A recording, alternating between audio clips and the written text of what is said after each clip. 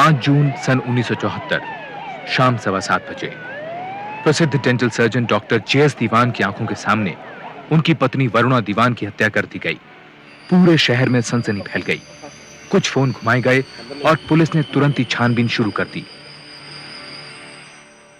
गाड़ी खोलने को चाबी लगा रहा था तो कुछ अजीब सी आवाजें आई।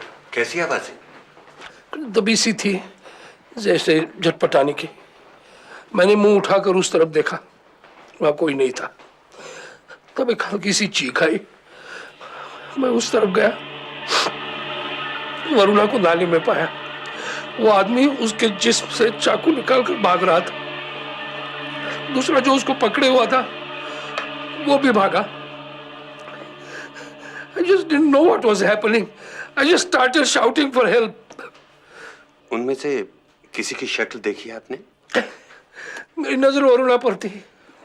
दोनों की कोई बात तो याद होगी। उम्र, कद, रंग।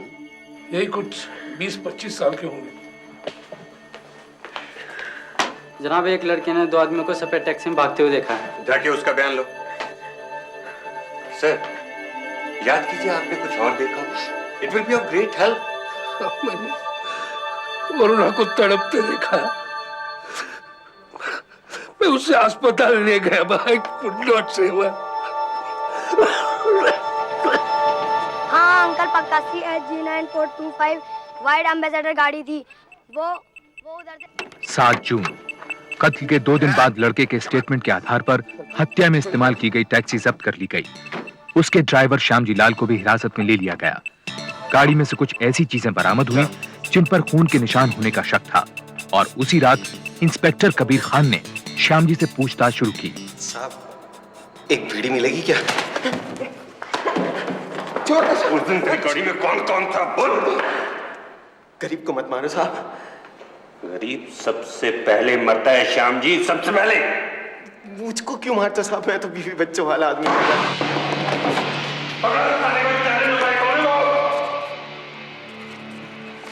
श्यामजी ने यह नहीं बताया कि उस कागज में क्या लिखा था या वो किसने फेंका था, लेकिन सख्ती करने पर उसने इंस्पेक्टर कबीर खान को बताया कि वरुणा दीवान के खून के पीछे एक फौजी हवलदार मदन पासवान का हाथ था।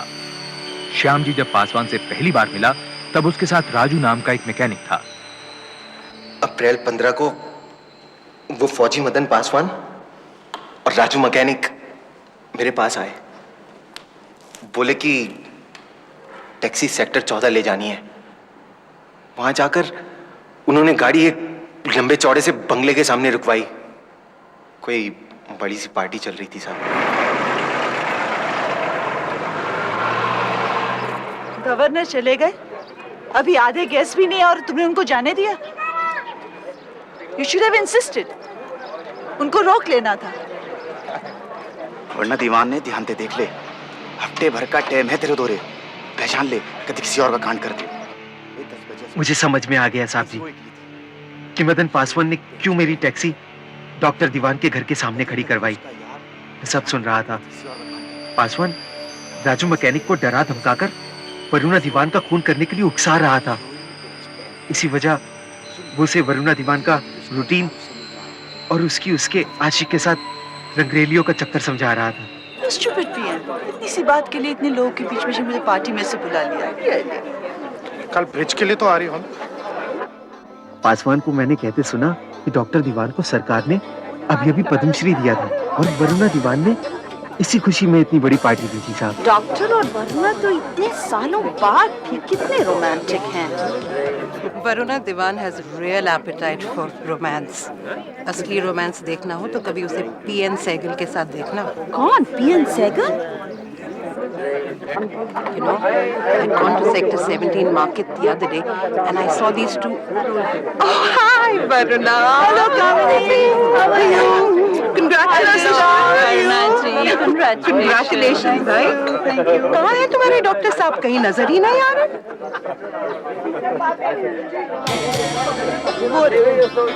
अरे वो रहे। And who is that young, charming woman with him? Varuna के बारे में बात करनी। There you are, doctor. I just want to know, is this like vegetarian? वो बावड़ी फिल्म का ऊपर वाले मकान में रिया करे। साली अपने ने रात दबाई बतावे वैसे वो वरुणा को फुट्टी आंख न सुहावे। कैसे मालूम? वो बड़ों में देख रहे हैं ना, तो वही डॉक्टर का वकील है।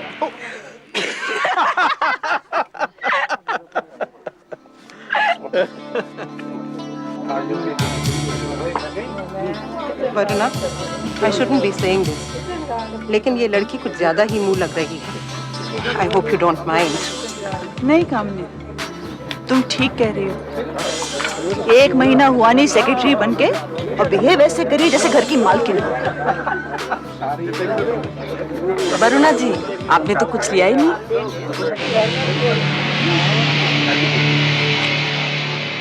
मुझे क्या मिलेगा? तेरे से कह तो दिया, तेरा भी ख्याल रखूंगा, तू काम ते कर।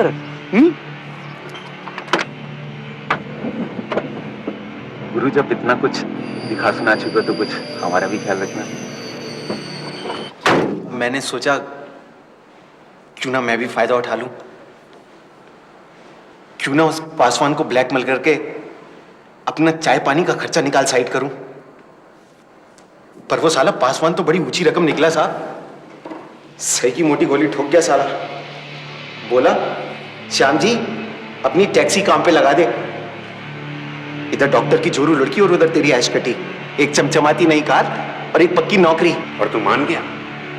गरीबी का सदका है साहब, 99 के लपेटे में आ गया। तो तू वरुणा दीवान का कत्ल करने के लिए राजी हो गया? अरे तौबा मेरे बाप की सरकार, मेरा काम तो सिर्फ राजू मैकेनिक को तड़ी दिखा के तैयार करने का था बस। झूठ बोलता है, झूठ बोलता है, साले झूठ बोलता है तू।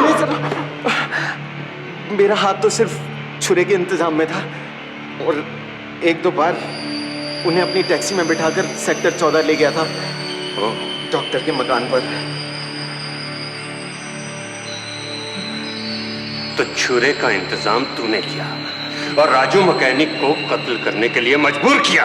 लेकिन कत्ल राजू मैकेनिक ने कहां किया साहब? वो तो 1 नंबर का बकरी निकला और एक दिन रात को डर के मारे भाग गया। बता किसने किया कत्ल? सच सच बता, किसने किया कत्ल?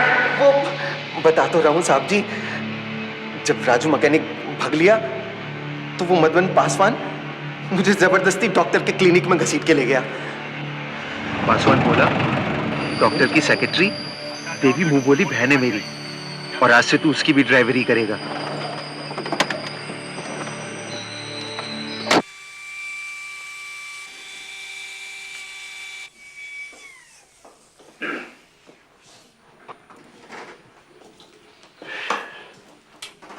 तो फिर तलाक? ठीक है, डिवोर्स नहीं। पीएन और वरुणा भाभी के बारे में जानते हुए भी भाई अब तो लोग खुलेआम बातें करते हैं। तलाक हुआ तो और भी करेंगे, यही करना था तो 28 साल निभाया क्यों? मुझे नौकरी से क्यों निकाला जा रहा है? देवी, ये सब फैसले वरुणा करती है और मैं उन्हें बदलता नहीं। पर मेरी गलती क्या है? मुझे तुम्हें कोई सफाई देने की जरूरत नहीं, और मैं सफाई सुने बिना यहां से जाऊंगी नहीं। देखो देवी, तुम्हें जो बात करनी है वरुणा से करो। बात क्या करनी है? पैसे चाहिए होंगे, पैसे तुम्हें डिसमिसल लेटर के साथ मिल गए होंगे। 22 दिन काम किया था, 250 रुपए होते हैं, मिल गए ना? अगर पैसे दिनों के हिसाब से मिल रहे हैं तो मुझे और मिलने चाहिए। बात करनी है तो सीधी सीधी करो, मुझे दोहरे मतलब बात करने वाले लोग कतई अच्छे नहीं लगते। वरुणा, बेचारी विधवा, see if we can give little something. अगर कुछ देने से पीछा छूटता है तो पैसे दे दो। देवी, हम पैसे का इंतजाम कर देंगे। मुझे तुम पर तरस आता है।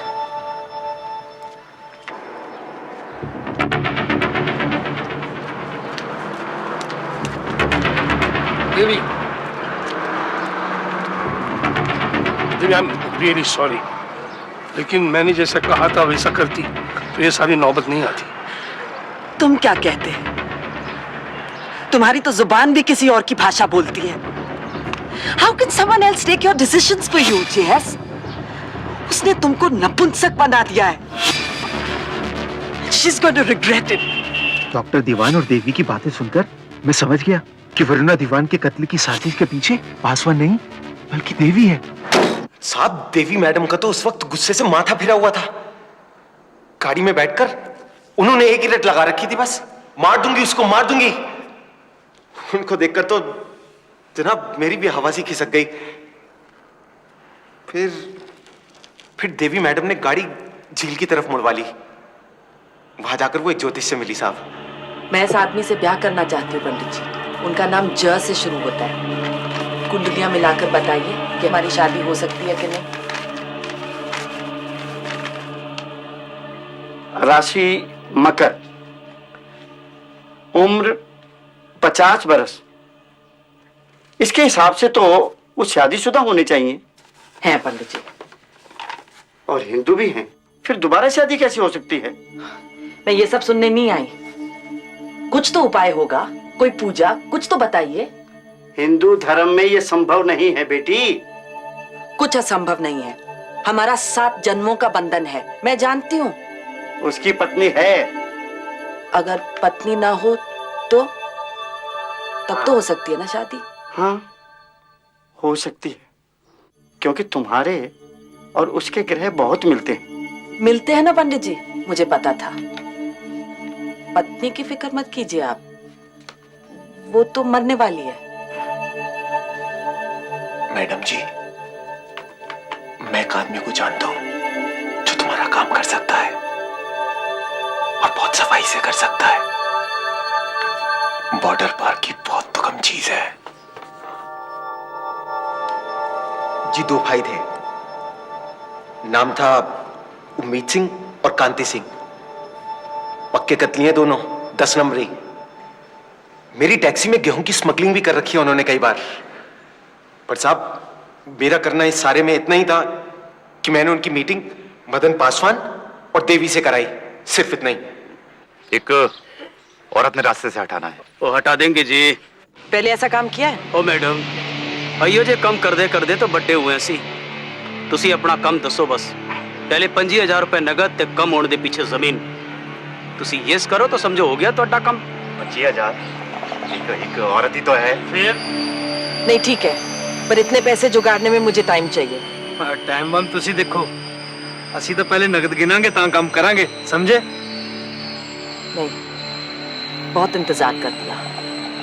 मैं वादा करती हूँ कि काम होते ही आपको पैसे और जमीन दोनों मिल जाएंगे। बस आपने वरुणा दीवान को खत्म करना है।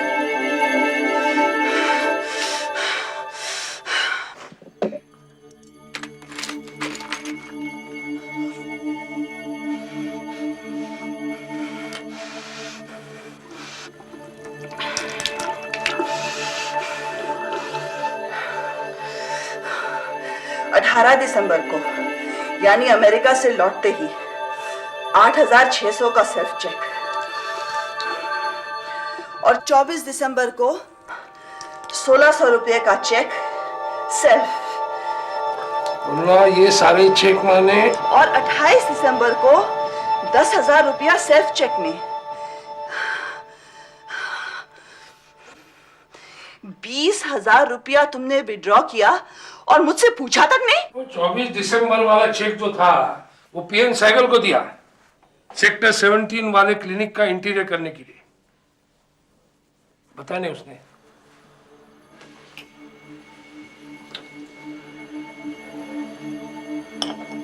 देखो, तुम क्या कहना चाहते हो मैं समझती हूँ, लेकिन तुम भी कोई दूध से धुले नहीं हो। देखो, हमारा बेटा आने वाला है, कम से कम विक्रम के लिए ये सब चीजें भूल जानी चाहिए। कुछ भी हो, तुम उसको इतना पैसा नहीं दोगे। That's all I want to say. Varuna, इतना शक मत किया करो।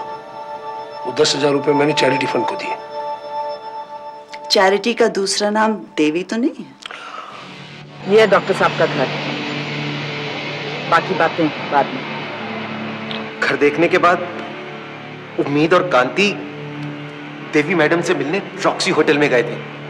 मैं भी गया था वहां पर। एक बात ध्यान से सुन लो, उस औरत के साथ जो आदमी होगा उसे कुछ नहीं होना चाहिए। ओ मैडम, उस वेले उस औरत के नाल कोई नहीं होना चाहिए, नहीं तो बाद च गड़बड़ होगी। वो मेरी गुलाम नहीं कि मैं हुक्म दूं और वो मरने के लिए अकेली उठकर चली आए। वो दोनों शादी पे जा रहे हैं, घर से इकट्ठे निकलेंगे, काम तभी होगा। एक गल दसो तुसी, खबर तो पक्की है ना? हाँ। तो किवें पता है? सेक्रेटरी रह चुकी हूँ उनकी, खास कनेक्शन है उस घर से, गलत खबर नहीं दूंगी। अच्छा मैडम, तुसी कम होने तो बाद सबूत चाहते हो कि वरना दी हाथ या उंगली कट के ले आइए? कुछ नहीं, खून मेरे सामने होगा। इतना सब कुछ हो रहा था और डॉक्टर दीवान को भनक तक नहीं हुई। कहाँ साहब, उन्हें क्या मालूम, वो कोई ना थे वहां उस दिन रॉक्सी होटल में। देवी सेक्टर 14 कैसे पहुंची? तुम्हारी टैक्सी में? नहीं नहीं नहीं नहीं साहब, नहीं। मेरी टैक्सी में तो उम्मीद, कांति और मदन पासवान लदे।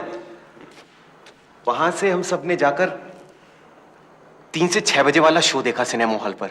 अमिताभ बच्चन की जंजीर लगी थी साहब। उसके बाद हम सब लोग, हाँ, वहां से सीधा सेक्टर 14 गए, डॉक्टर के मकान पर। उम्मीद और कांति अपनी तैयारियों में जुट गए।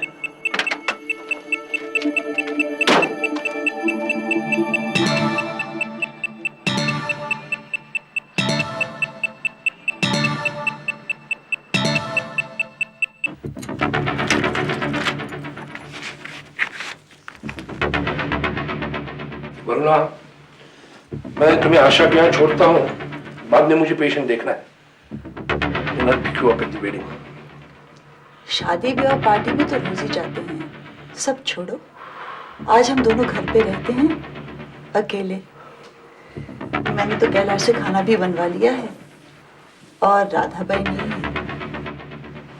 चलो जल्दी तैयार हो। कम अप भी।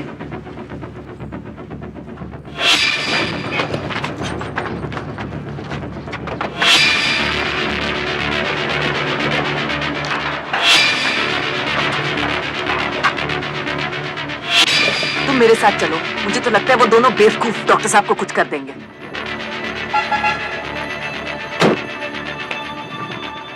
Hello, Dr. Divan. What are you doing here? Isn't it too early? Well, the show got cancelled. So, are you off your marriage? Kailash, Hi. Kailash मेरे साथ कोई खाना लगा देना, हम दोनों बाहर खाएंगे।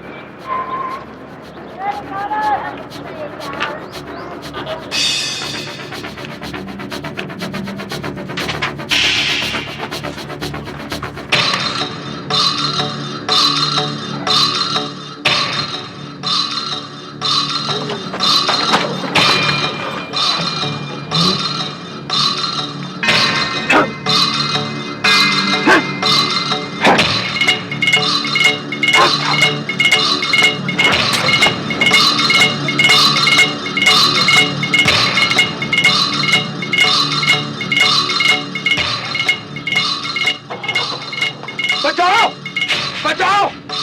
कैलाश! कैलाश!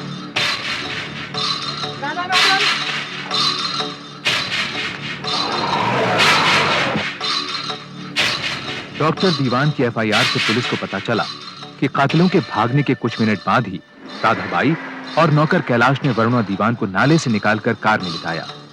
कार को डॉक्टर दीवान खुद चलाकर डॉक्टर घोष की नर्सिंग होम ले गए।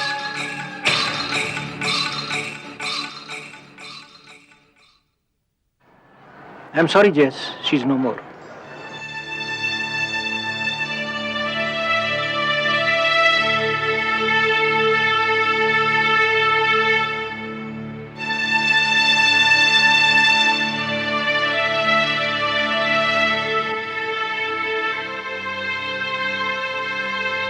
बस सरकार, उसके बाद तो आपने धर पकड़ लिया। श्याम जी के बयान की पुलिस ने तहकीकात की और उसकी बिना पर कई गिरफ्तारियां हुई। 8 जून सुबह 4 बजे मदन पासवान को पुलिस ने चंडीगढ़ कंटोनमेंट से गिरफ्तार कर लिया। गिरफ्तारी के समय मदन देवी के घर से यूनिट लाइंस लौट रहा था। उसी दिन 11:30 बजे इंडियन पीनल कोड की दफा 302 और 120 बी के तहत देवी को वरुणा दीवान के कत्ल के जुर्म में गिरफ्तार कर लिया गया। 10 जून सुबह 11 बजे अपनी पत्नी वरुणा के अंतिम संस्कार से लौटने पर डॉक्टर दीवान ने पुलिस को अपने घर इंतजार करते पाया। आई एम सॉरी डॉक्टर दीवान, मेरे पास आपके हाउस अरेस्ट के पेपर्स।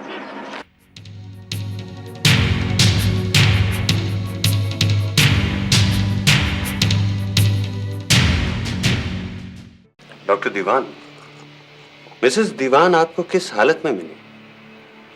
वो नाली में पड़ी थी। 25 साल के एक्सपीरियंस से बताता हूं, उसे हेड इंजरी थी। उसकी नब्ज धीमी थी, दर्द से कराह रही थी। बहू जी एकदम शांत थी। जब हमने नाले से उठाया तो बिल्कुल वे हिल भी नहीं पा रही थी। डॉक्टर घोष, जिन्होंने पुलिस निगरानी में वरुणा का पोस्टमार्टम किया था, उनके अनुसार भी नाले में गिरने के वक्त वरुणा मर चुकी थी। डॉक्टर दीवान, कातिलों ने आप पर हमला क्यों नहीं किया? ये आप उनसे क्यों नहीं पूछते? मुझे क्यों पूछ रहे? पुलिस अब तक उन्हें गिरफ्तार नहीं कर पाई। मुझे हाउस अरेस्ट में रखा है। उन दोनों का हुलिया क्या था? ये 20-25 साल के जी 2 भाई थे। लेकिन श्याम जी ने पुलिस को दिए अपने बयान में उम्मीद और कांति की उम्र 45 से 50 साल बताई। उसके तमाम बयानात के आधार पर उम्मीद और कांति सिंह को गांव मियावाली से गिरफ्तार कर लिया गया। उसी दिन उन्होंने कत्ल में इस्तेमाल किया गया चाकू बरामद करवाया और शक की बिना पर डॉक्टर दीवान को गिरफ्तार कर लिया गया। वक्त आने पर हम तुम्हें पूरी डिटेल्स बता देंगे। इंस्पेक्टर खान, क्या उमेश सिंह ने डॉक्टर दीवान का नाम लिया? मैंने कहा ना, अभी कुछ भी बताना इन्वेस्टिगेशन और केस दोनों को नुकसान पहुंचा सकता है। अरे पुलिस के पास कोई ठोस सबूत नहीं है डॉक्टर दीवान को अरेस्ट करने के लिए। खामखा मेरे क्लाइंट को फंसाया जा रहा है। डॉक्टर की स्टेटमेंट थी कि मिसेज दीवान करा रही थी, जबकि दूसरे गवाह दूसरे गवाह? अरे कौन से दूसरे गवाह? पुलिस ने 3rd डिग्री का इस्तेमाल करके नौकरों से झूठे बयान लिए हैं। अभी तक देवी ने पुलिस के सामने कुछ भी कबूल नहीं किया था। उसने मदन पासवान को भी पहचानने से इनकार कर दिया। पुलिस को उसके घर से कोई ऐसा सबूत नहीं मिला जो उसके और डॉक्टर दीवान के संबंधों की ओर इशारा करता हो।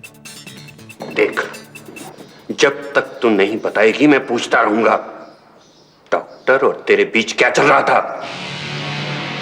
मेरी पूरी फैमिली उन्हें जानती है। मेरे बाप, मेरे दादा। मैं तेरी फैमिली के बारे में नहीं पूछ रहा, अपने बारे में बता, सिर्फ अपने बारे में।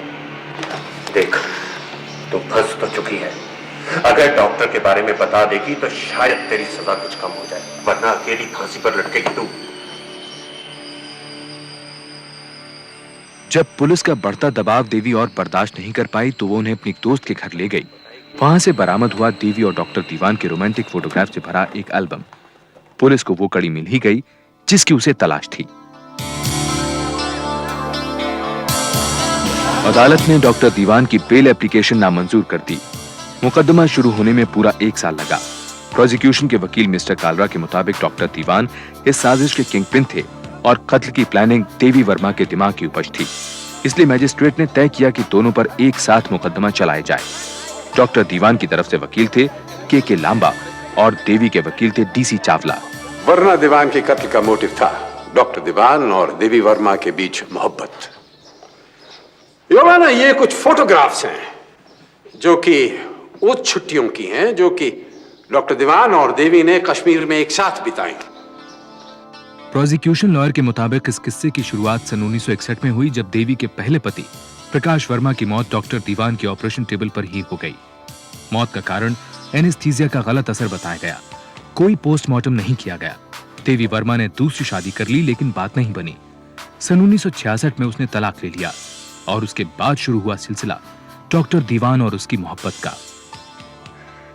बस तभी से देवी वर्मा ने वर्मा दीवान को रास्ते से हटाकर खुद मिसिस दीवान बनने का निश्चय कर लिया था। इसकी ताकीद देवी वर्मा के जोशी आनंद दास से की जा सकती है। ये कई बारी मेरे पास आई, किसी डॉक्टर से विवाह करना चाहती थी। उसका नाम जैसे चालू होता है, मुझे उसका नाम कभी नहीं बताया गया। हाँ, जन्म पत्री जरूर दिखाई थी। ये आपसे चाहती क्या थी? इनके विचार में उस व्यक्ति की पत्नी एक कांटा थी जिसे ये रास्ते से निकालना चाहती थी। ये जन्म पत्री आपने बनवाई थी ना? इस पे सिग्नेचर तो आपके हैं। मैंने कोई जन्म पत्री नहीं बनवाई। पुलिस मुझे फंसाने की कोशिश कर रही है। लेकिन टैक्सी ड्राइवर श्याम जी, कांति सिंह और उमेद सिंह ने अपनी इकबालिया बयान में कहा है कि आप वर्मा दीवान को खत्म करना चाहती थी ताकि आप खुद डॉक्टर दीवान से शादी कर सकें। ये सब झूठ है। डॉक्टर दीवान के साथ अपने संबंधों को छोड़कर बाकी सभी इल्जामों से देवी ने इनकार कर दिया। उसका कहना था कि कत्ल वाले दिन तो वो घर से बाहर भी नहीं गई थी। पिछले 2 सालों से मैं लुधियाना रह रही हूँ। फिर 3 जून को मैं चंडीगढ़ आई क्योंकि मेरा बेटा जो यहीं रहता है वो बहुत बीमार था। मुझे तो मर्डर की खबर न्यूज़पेपर से मिली और फिर पुलिस ने मुझे हरास करना शुरू कर दिया। मुझसे ब्लैंक पेपर्स साइन करवाए। वो तो यहां तक कह रहे थे कि डॉक्टर दीवान को चिट्ठियां लिखो, नहीं तो हम आपको फांसी चढ़वा देंगे। आप देवी को कैसे जानती हैं? दीवान हमारे नेबर्स थे। वरुणा दीवान मेरी अच्छी फ्रेंड थी। उसी ने मुझे इससे मिलवाया, लेकिन वरुणा इसे लाइक नहीं करती थी। एक बार उसने मुझे ये भी बताया कि वो तो बिल्कुल घर की मालकिन की तरह बिहेव करती है। मिसेस कपूर, आपने अपनी बेटी की मंगनी डॉक्टर दीवान के बेटे के साथ क्यों तोड़ी? हाँ, वो मैंने रियलाइज किया कि हमारे बीच बड़ा कल्चरल डिफरेंस है। क्या मतलब? एक बार हम दीवान्स के साथ हॉलिडे पर गए थे। वहां मैंने नोटिस किया कि वरुणा दीवान हमेशा पीएन सहगल की बगल में बैठती थी। मैं समझ गई, जरूर इन दोनों के बीच कुछ चक्कर है। ये बगल में होने से मिसेस कपूर का मतलब मैं समझा नहीं। जिन छुट्टियों की बात ये कर रही है, हम कई सारी फैमिलीज एक साथ छुट्टी पर गए थे। हमारे बीच 3-4 कारें थी। कई बार वरुणा मेरे साथ बैठती थी, कई बार उसे पीएन सहगल के साथ बैठना पड़ता था। बिल्कुल उसी तरह जैसे कई बार मिसेस कपूर मेरे बगल में बैठी थी। डॉक्टर दीवान, आप देवी वर्मा के साथ इन रोमांटिक फोटोग्राफ्स के बारे में क्या कहेंगे? देवी के साथ मेरे ताल्लुकात जो भी रहे हो, मेरे बीवी के साथ मेरा रिश्ता बहुत अच्छा था। हमारे सिल्वर वेडिंग एनिवर्सरी के फोटोग्राफ्स सबमिट किए हुए हैं। उन्हें देखा जाए, हम कितने खुश नजर आ रहे हैं। योर ऑनर, मेरे खिलाफ ये मुकदमा एकदम झूठी और बेबुनियाद एविडेंस पर खड़ा किया गया है। योर ऑनर, मेरा क्लाइंट ये मानता है कि देवी वर्मा के साथ उसके ताल्लुकात थे, और जैसा कि प्रोसिक्यूशन ने प्रूव किया है, पिछले 9 साल से देवी उसकी सारी इच्छाएं पूरी कर रही थी। फिर ऐसी कौन सी वजह हो सकती है कि अचानक मेरा क्लाइंट देवी वर्मा के साथ शादी करने के लिए इतना डेस्परेट हो गया कि उसने अपनी बीवी को मरवा दिया? योर ऑनर, मिस्टर लांबा ठीक कह रहे हैं। इसमें कोई अचानक की बात नहीं हुई थी। मिसेस दीवान को मरवाने के लिए 3 कोशिशें हो चुकी हैं। इस वारदात से करीब 4 महीने पहले देवी वर्मा अपने धर्म भाई मदन पासवान के साथ एक मुजरिम करनी सिंह से मिलने गई थी। आपको वरुणा दीवान के कत्ल के लिए कितने पैसे दिए गए? जी मैं ते 20,000 रुपए मंगे सीगे। 10,000 एडवांस मंगया सीगा। मैनू पक्का याद है 28 तरीक सी 100 ਦੀਆਂ ਗੱਡੀਆਂ ਸੀ। और ये पैसे दिए किसने? मदन पासवान, मैडम देवी मेरे को आए सी। मैनू पैसे दिते इन्होंने, मैं पैसे लेके पिंड टुर गया। योर ऑनर, ये डॉक्टर दीवान के बैंक मैनेजर की एक चिट्ठी है। 28 दिसंबर को डॉक्टर दीवान ने अपने बैंक से 10,000 रुपए विड्रॉ किए। 100 रुपए के नोटों की एक गड्डी। उसी दिन देवी वर्मा ने करनी सिंह को एडवांस दिया 10,000 रुपए। 100 रुपए नोटों की एक गड्डी। योर ऑनर, वो 10,000 रुपए डॉक्टर दीवान ने अपनी पत्नी वरुणा को दिए थे, और वरुणा ने वो 10,000 रुपए मिस्टर पीएन सहगल को दिए, जो कि एक क्वालिफाइड आर्किटेक्ट हैं और डॉक्टर दीवान के 17 सेक्टर के नए क्लिनिक का इंटीरियर्स करवा रहे हैं। अब मिस्टर लांबा, क्या आप इसको प्रूव कर सकते हैं? के तुम पीएन सहगल को कोर्ट में नहीं बुलाओगे? लेकिन उसकी गवाही तो बहुत इंपॉर्टेंट है यार। बस हम उसी से प्रूव कर सकते हैं कि वरुणा भाभी के कत्ल से तुम्हारा कोई नाता नहीं। करनी सिंह को तुमने पैसे नहीं दिए थे। देखो, पीएन कोर्ट में आया तो दोनों के अफेयर की बात उठेगी। के तुम मुझे डिफेंड करो, वरुणा को बदनाम नहीं। यार, मुझे एक बात समझ में नहीं आती। अगर तुम्हें वरुणा भाभी का इतना ही ख्याल था तो तुम देवी के चक्कर में कैसे पड़ गए? तुम्हें पता है, जिस दिन यह हादसा हुआ उसी दिन भाभी का मुझे फोन आया था। She was sounding so desperate. वो ये जानना चाहती थी कि कहीं तुम उसे डाइवोर्स तो नहीं दे रहे। वो किसी भी कीमत पर पैचअप करने को तैयार थी। डॉक्टर, अगर तुम्हें देवी की सारी प्लानिंग मालूम थी तो तुमने उसे रोका क्यों नहीं? पता नहीं था यार कि वो इतने हद तक जाएगी। बहुत पीता है तू।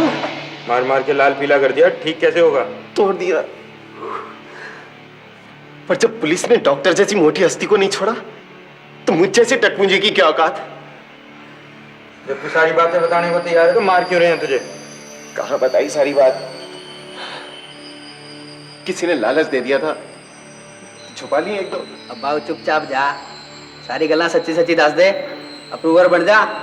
99% गारंटी है, स्कॉट फ्री जाएगा तू।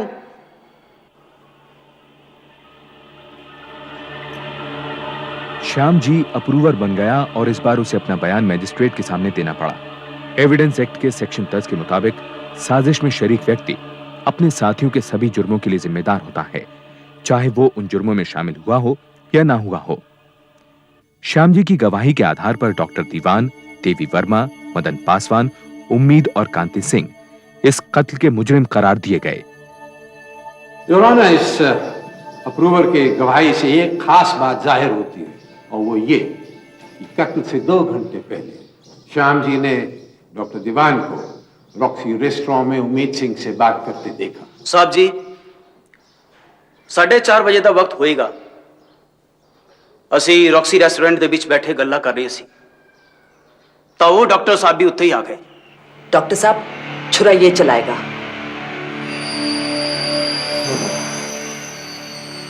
पैसे की फिक्र मत करो, काम ठीक से होना चाहिए। पुलिस से मैं निपट लूंगा। डॉक्टर साहब अपनी बीवी के साथ बाहर आएंगे, बस काम तभी होना है, लेकिन डॉक्टर साहब को कुछ नहीं होना चाहिए। डॉक्टर साहब जे तुसी उत्थे नहीं होगे तो चंगा रहेगा। नहीं, बहुत बार धोखा खा चुके, पैसे भी बहुत बर्बाद हुए। इस बार काम मेरी आंखों के सामने होगा।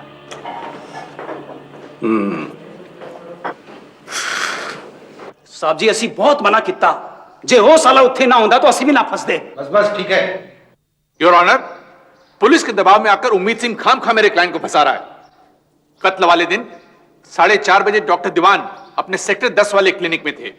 वो रॉक्सी रेस्टोरेंट तो गए नहीं। शाम 4:30 बजे डॉक्टर दीवान अपने क्लिनिक में थे या नहीं, इस बात की तस्दीक करने के लिए अप्रूवर श्याम जी को कटघरे में दोबारा बुलाया गया। जी हाँ साहब, मैंने देखा था।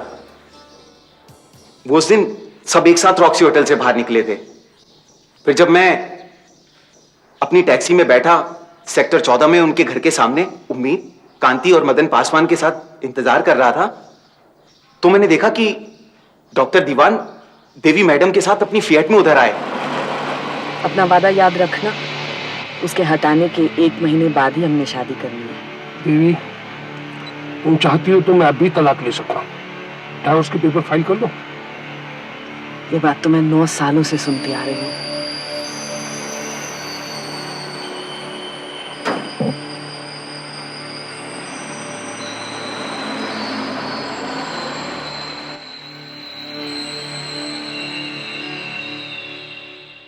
योर ऑनर, पुलिस को दिए गए अपने पहले बयान में श्याम जी ने कहा था कि मौके वारदात पर देवी कैसे पहुंची ये उसने नहीं देखा। क्यों? तुमने यही कहा था ना। बार बार अलग अलग बातें पूछते हो और ऊपर से उम्मीद कि मैं हर दफा एक सा ही बोलूं। अब साहब मुझे क्या पता कि मैंने कब सच बोला था और कब झूठ। मुकदमा 3 महीने और चला। उम्मीद और कांति सिंह के पास वकील की फीस तक के पैसे नहीं थे। उन्होंने देवी तक खबर पहुंचवाई कि वो उन्हें वरुणा के कत्ल की कीमत अदा कर दे। देवी ने डॉक्टर दीवान से मुलाकात करने की इजाजत मांगी, जो उसे मिल गई। हमें हफ्ते में 1 बार मिलने की छूट है, फिर भी आप आए नहीं अब तक। अपने बेटे की कसम, मैंने आज तक कभी किसी से कुछ नहीं कहा। श्याम जी जब पकड़ा गया था तब मैंने उसे चुप रहने के लिए लालच दिया था। कोई और ऐसा मत करो मेरे ऊपर। तुम्हारा मेरे साथ अफेयर मेरी सबसे बड़ी गलती थी। डॉक्टर डॉक्टर साहब, उम्मीद और कांति को अब तक पैसे नहीं मिले। वकील की फीस तक के पैसे नहीं है उनके पास। सारा दिन रोते रहते हैं बच्चे उनके विमेन सेल के बाहर। अपने बाप के करने का फल भोग रहे हैं। प्लीज, मैं ये लेक्चरबाजी सुनने के लिए नहीं आई। आपको उनकी पेमेंट करनी होगी। क्यों पेमेंट करूं मैं? तुमने हायर करा था, तुम करो उसकी पेमेंट। अफवाह थी कि देवी ने अपना फ्लैट बेचकर उम्मीद और कांति को पैसे दिए। मुकदमा 6 महीने और चला। यह साबित हो गया कि उम्मीद और कांति ने सिर्फ पैसों के लिए वरुणा दीवान का कत्ल किया, और यह भी कि मदन पासवान की इसमें बहुत अहम भूमिका थी। साफ नहीं हुई तो सिर्फ एक बात कि डॉक्टर दीवान इस साजिश में बराबर के हिस्सेदार थे या देवी ने उन्हें धोखे से फंसाया था। योर ऑनर, अब हम ये देखेंगे कि कत्ल से ठीक पहले, उसके दौरान और उसके बाद डॉक्टर दीवान का क्या व्यवहार था। यह तो साबित हो ही चुका है कि डॉक्टर दीवान देवी को रॉक्सी रेस्टोरेंट से अपने घर लाए। उसके बाद योर ऑनर, डॉक्टर दीवान अपनी पत्नी को घर से बाहर लाए और कार के दरवाजे को खोलने में इतने उलझे कि जब उम्मीद और कांति उनकी पत्नी पे झपटे, वो देख ही न पाए।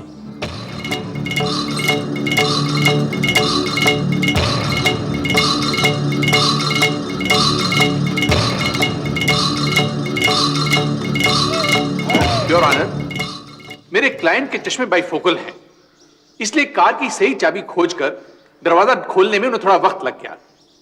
लेकिन जैसे ही कार की लेफ्ट साइड पर उन्हें कुछ अजीब आवाज सुनाई पड़ी, वो दौड़कर वहां देखने पहुंचे कि क्या गड़बड़ है। योर ऑनर, डॉक्टर दीवान का कद 5 फुट 9 इंच है और फिएट की ऊंचाई 4 फुट 11 इंच। कमाल है कि इसके बावजूद डॉक्टर दीवान उस तरफ जो हरकतें हो रही थी वो देख ना पाए। मैं डॉक्टर दीवान के खुद डिक्टेट किए हुए एफआईआर से कोट करता हूं। In a split second, I went round the car.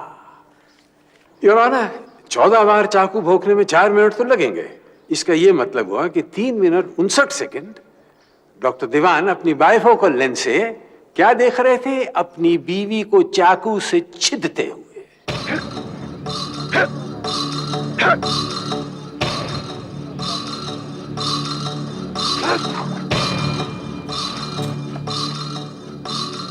Your honour, मेरा क्लाइंट अपनी बीवी से बेहद प्यार करता था। वो कभी भी हाथ पर हाथ धरे अपनी बीवी का मर्डर होते नहीं देख सकता था। अगर आपका क्लाइंट अपनी बीवी को इतना प्यार करता था तो उसने शोर क्यों नहीं मचाया? योर ऑनर, मेरा क्लाइंट मदद के लिए चिल्लाया था, तभी तो कैलाश और राधा भाई वहां पर पहुंचे।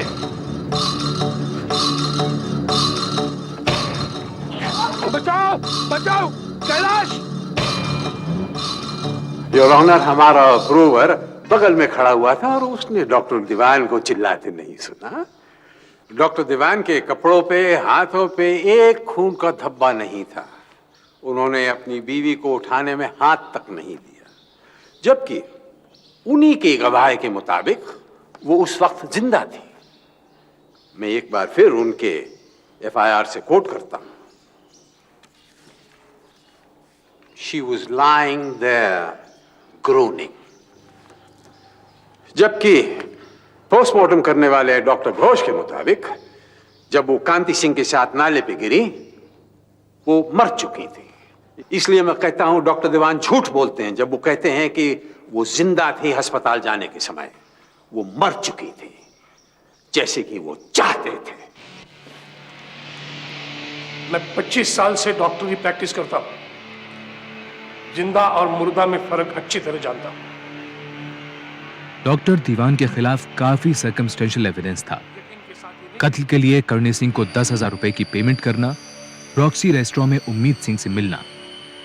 इसके अलावा डॉक्टर दीवान के अनुसार नाले से निकाले जाने के वक्त वरुणा करा रही थी, जबकि उनके नौकर कैलाश का बयान था कि उस वक्त वरुणा खामोश थी। अदालत ने डॉक्टर दीवान के साथ देवी वर्मा, मदन पासवान, उम्मीद और कांति सिंह को उम्र कैद की सजा सुनाई। डॉक्टर, अगर तुमने मुझे पहले बताया होता कि तुम इन्वॉल्व हो तो शायद मैं तुम्हें बचा लेता। देवी that? स्टेट के इस फैसले के खिलाफ हाईकोर्ट में अपील की गई। हाईकोर्ट ने उम्मीद और कांति सिंह के केस को बाकी अभियुक्तों से अलग करके देखा। अपने फैसले में हाईकोर्ट ने डॉक्टर दीवान, देवी और मदन पासवान की उम्र कैद की सजा को बरकरार रखा, लेकिन उम्मीद और कांति सिंह को मौत की सजा सुनाई।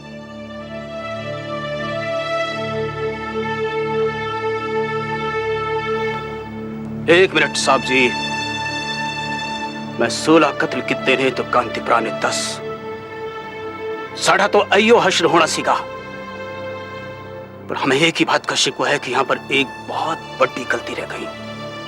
नहीं तो इथो एक फंदा और लटकना चाहिए सीगा डॉक्टर लई।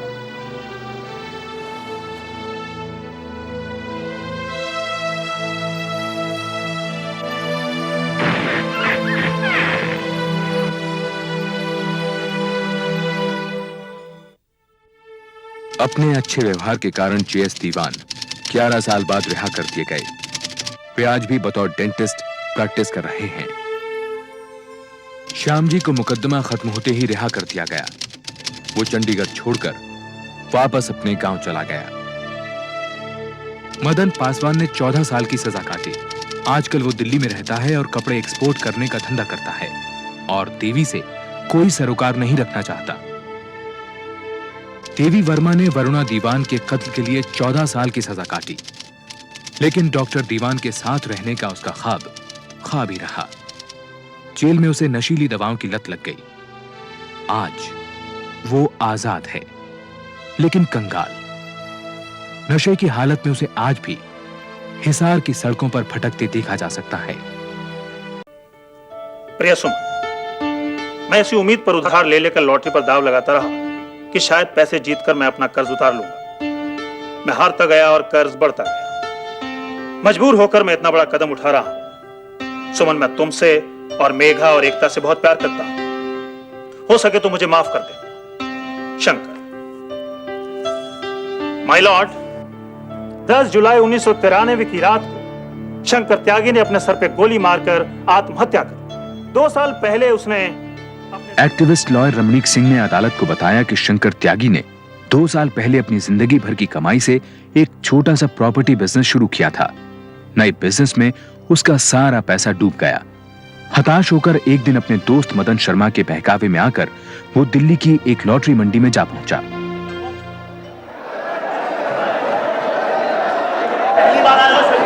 आज तो बोनी कर ही डालो। देखो 100 रुपए की तो सवाल है और फिर जीत गए, नंबर लग गया तो 900 रुपए मिलेंगे। अरे मदन भाई, मेरे पास तो सिर्फ 100 रुपए हैं। अरे एक बार करने से कुछ नहीं होगा यार, एक बार ट्राई कर लो। देखो इसमें 20 के टिकटे हैं, ठीक है, और सबका आखिरी डिजिट तिक्का है। अगर तेरा तिक्का निकल गया तो तेरी बेटा जिंदगी भर मौज ही मौज। रख लो यार, देखो गेम शुरू होने वाला है। रखो रखो।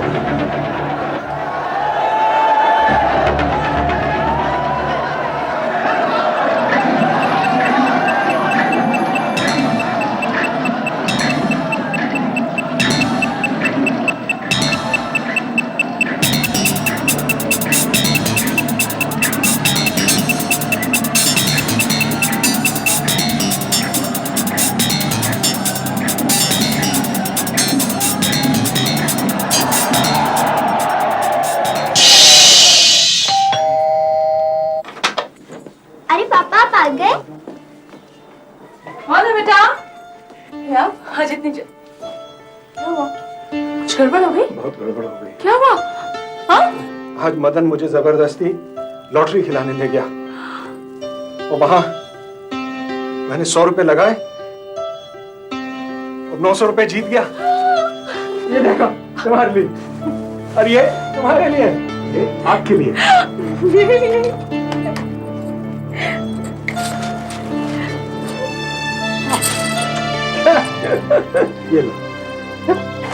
ये लो सुनो पैसे। मैं कहने वाली थी कि बच्चों की फीस भी देनी है और बिजली का बिल भी 350 रुपया है। आज से पैसे की कोई फिक्र नहीं, आज तो शुरुआत है। कल मुझे 100 रुपए दे देना, फिर देखना तो। नहीं, अब आप लॉटरी नहीं खेलेंगे। देखा नहीं मेरे भाई का सारा बिजनेस कैसे चौपट कर दिया इस मरी लॉटरी ने। आपको बच्चों की कसम है, आप लॉटरी नहीं खेलेंगे। अरे तो तुम यूं ही सीरियस हो गई। अच्छा चाय। अल्लाह हाफिज़। भाई त्यागी, कुछ समझ नहीं पाया। 1 महीना होने को आया और एक भी प्लॉट नहीं मिला। अरे भसीन साहब, कमर्शियल प्रॉपर्टी की मार्केट बहुत तेज चल रही है। एडवांस देने में 1 घंटे की देरी और प्लॉट हाथ से निकल जाता है।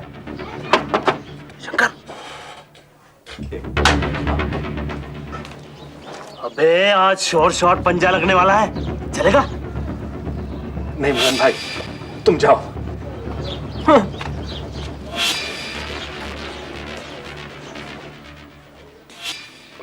ओए छोटू, चाय में इतनी चीनी क्यों कम रखता है?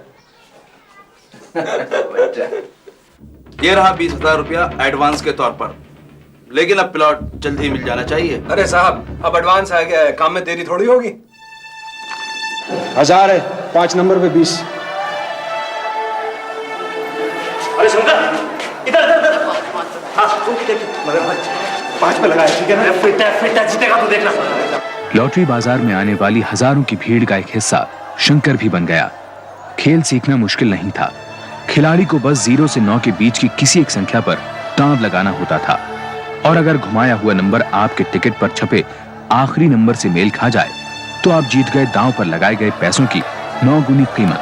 अगले 2 दिनों में शंकर तरक्की करके 5 रुपए के टिकट से 1000 रुपए के टिकट पर पहुंच गया, लेकिन जीता एक कानी कौड़ी भी नहीं। सिर्फ 2 ही दिन में वो पुनीत भसीन के एडवांस दिए 20,000 में से 18,000 रुपए हार चुका था। कोई नहीं यार, हिम्मत नहीं आते। कल हारा, आज जीता, कल होगा फिर हमारा, देखना।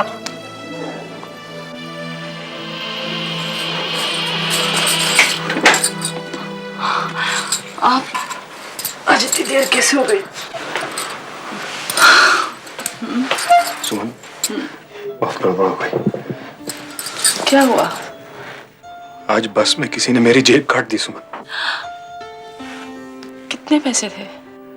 20,000। 20,000? बयाना दिया था किसी ने प्लॉट का, समझ नहीं आता लौटाऊं कैसे। शायद मदन दे दे इंटरेस्ट पे। इससे तो अच्छा है आप किरण दीदी से मांग लो।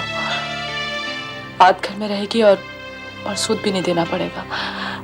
लेकिन आप जल्दी से इस प्लॉट की डील करा दो। बहुत प्रीमियम प्लॉट है ये भसीन साहब, और इसका दाम भी एकदम ठीक। अब मुझे तो जो पैसे देगा मैं उसकी जमीन कर दूंगा। ओके। अगले ही दिन पुनीत भसीन ने शंकर को 1 लाख रुपए और दिए, ये न जानते हुए कि जमीन पहले ही बिक चुकी है। शंकर का वादा था कि महीने भर में वो जमीन उसके नाम करवा देगा। इसके अलावा शंकर ने सुमन की बहन किरण से भी 20,000 रुपए उधार मांगे। किरण दीदी, मुझे बहुत अर्जेंटली 20,000 रुपए की जरूरत है। पैसे मिले तो मैं लेदर एक्सपोर्ट का बिजनेस शुरू कर पाऊंगा। लेकिन सुमन ने तो इस बिजनेस के बारे में मुझे कभी बताया ही नहीं। अरे एक बार बिजनेस सेट हो जाएगी ना तो मैं उसे भी बता दूंगा। शंकर भैया, कोई भसीन साहब आए हैं, कहते हैं कि प्लॉट के बारे में कुछ बात करनी है। क्या ना, बहुत बड़ी पार्टी है। हाँ, बहुत बिजी हूँ मैं। क्या कहेगा? बिजी है बिजी। शंकर खेलता गया और हारता गया। इस दौरान मदन ने अपनी लॉटरी एजेंसी शुरू कर दी थी। उसने शंकर के लिए 1 लाख के टिकट बुक किए और शंकर एक ही दांव में वो सारे पैसे गंवा बैठा। इस हार से घबराकर शंकर ने मदन से ब्याज पर 50,000 रुपए और लिए, लेकिन महीने भर के अंदर शंकर वो भी हार गया। मदन के बाद शंकर मार्केट से भी पैसा लेता गया और लॉटरी में हारता गया। अगले 2 महीनों में शंकर का कर्ज बढ़कर 6 लाख रुपए हो गया। नतीजा, शंकर को अपनी दुकान बेचनी पड़ी।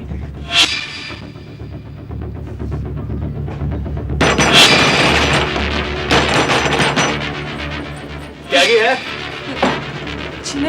महीने भर में प्लॉट दिलवा रहा था, उसका क्या हुआ? आप लोग दुकान पे जाके बात कीजिए ना। दुकान बिके तो बहुत दिन हो चुके हैं। अरे वसीम साहब, आप ही के काम के लिए तो क्या हुआ था। तुम अंदर जाओ। मुझे मेरे पैसे वापस लौटा दे त्यागी। पैसे मिलते ही लौटा दूंगा।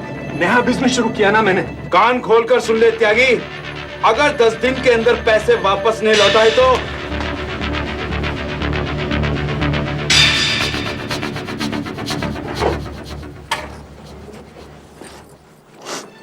दुकान में के आपने बताया भी नहीं।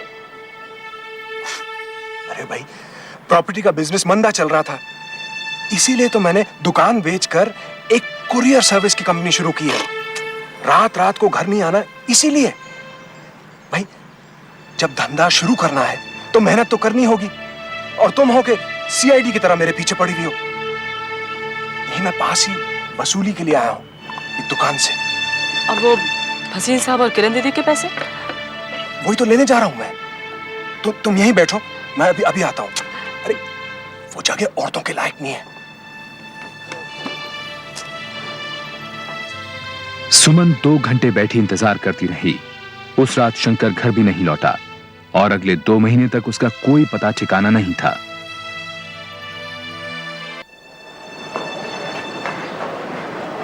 मम्मी मम्मी, नंदन धोबी कह रहा था कि उसने पापा को हनुमान मंदिर के पास के लॉटरी मंडी में देखा है।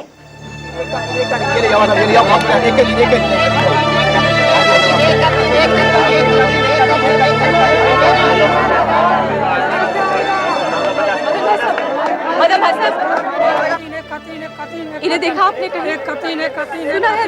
रोज यहाँ आते हैं। अच्छा, यहाँ आता है? वैसे यहाँ आता भी होगा तो मुझे तो दर्शन देने से रहा। पता नहीं कितने पैसे तो पहले ही लेके उड़ चुका है वो। चलिए चलिए, अभी धंधे का टाइम है, बाद में मिलना। भाई साहब, आप शंकर भैया को ढूंढ रही हैं? हाँ, वो रोज आते हैं यहाँ पे। आपको देखेंगे तो वो भाग जाएंगे। आप एक काम करिए, वो चाय वाले के पास बैठ जाइए। जब वो आएंगे मैं आपको इशारा कर दूंगा, ठीक?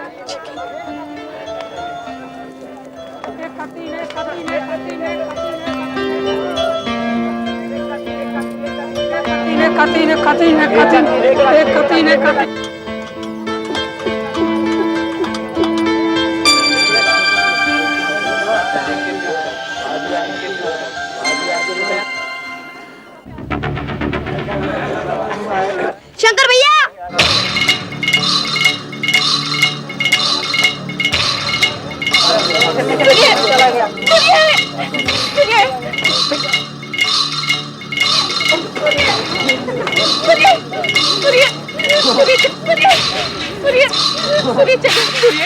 मैं कोई शंकर मंकर नहीं हूँ, मेरा पीछा क्यों कर रहे हो? ऐसा मत करिए प्लीज, घर चलिए, घर चलिए, उसके घर चलिए। मैं शंकर नहीं हूँ। ऐसा मत करिए, आपने और एक तक दोनों के बुरा हाल है, प्लीज चलिए। अरे ये तो शंकर है, शंकर त्यागी, ससुरा बहुत दिनों से बचता फिर रहा था। ये लोग कौन है? मुझे बचा लो सुमन, ये लेनदार है, मुझे बचा लो। चलिए चलिए चलिए। क्या शंकर, आज नहीं छोड़ूंगा तुझे। चलो भैया, भजनपुरा ले चलो। चुप करो तुम लोग।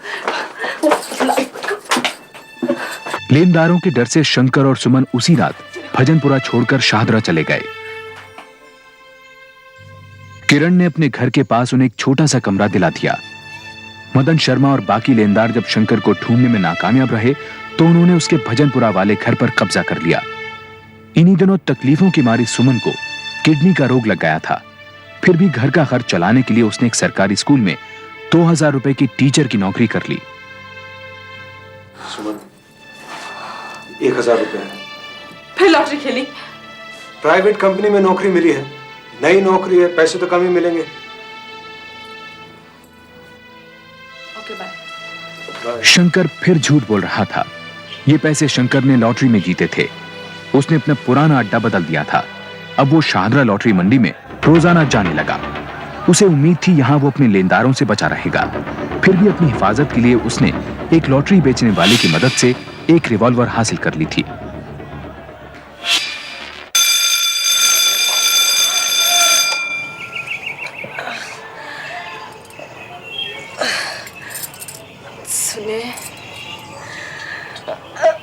सुनिए, बहुत दर्द हो रहा है। अच्छा, मैं डॉक्टर का इंतजाम करता हूँ। इतनी सुबह डॉक्टर नहीं मिलेगा। अरे madam, doctor Shankar at your service.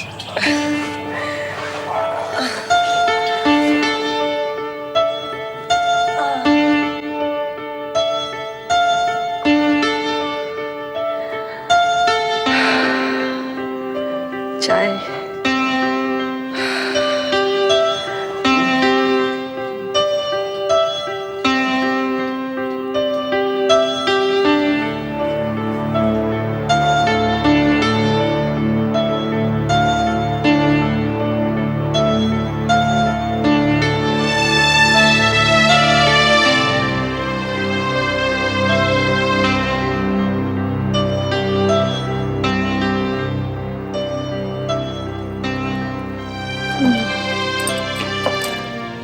है तकलीफ ज्यादा बढ़ गई है। अच्छा, ऐसा करता हूँ ना, एक इंजेक्शन दे दूंगा, उससे काफी आराम आएगा।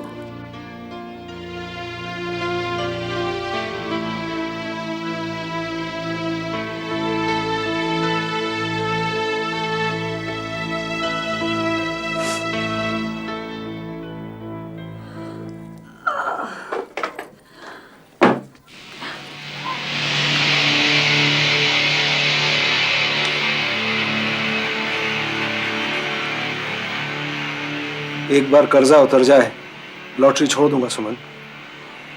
आप लॉटरी छोड़ दीजिए, कर्जा भी उतर जाएगा। लेकिन लेनदार कब तक इंतजार करेंगे सुमन? लेनदार है, कोई कसाई तो नहीं।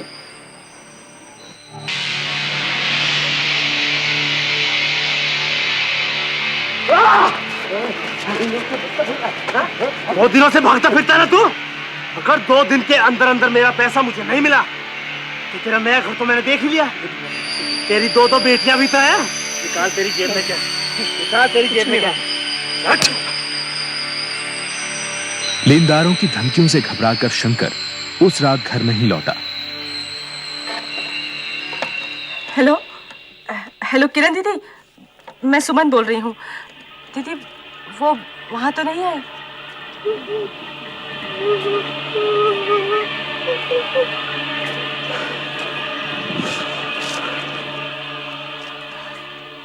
हेलो मदन भाई साहब, मैं बोल रही हूँ, वो तो नहीं आए?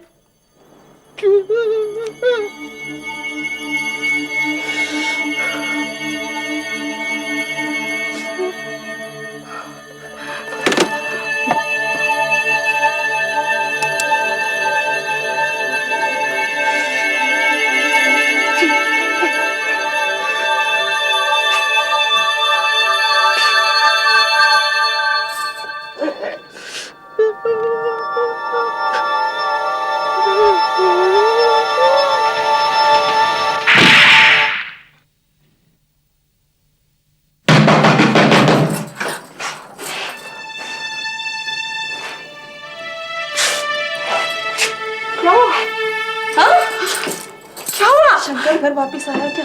नहीं तो क्या हुआ? कुछ नहीं। क्या हुआ है? कुछ नहीं। पीछे गली में एक आदमी पुलिस ने पहचान के लिए बुलाया।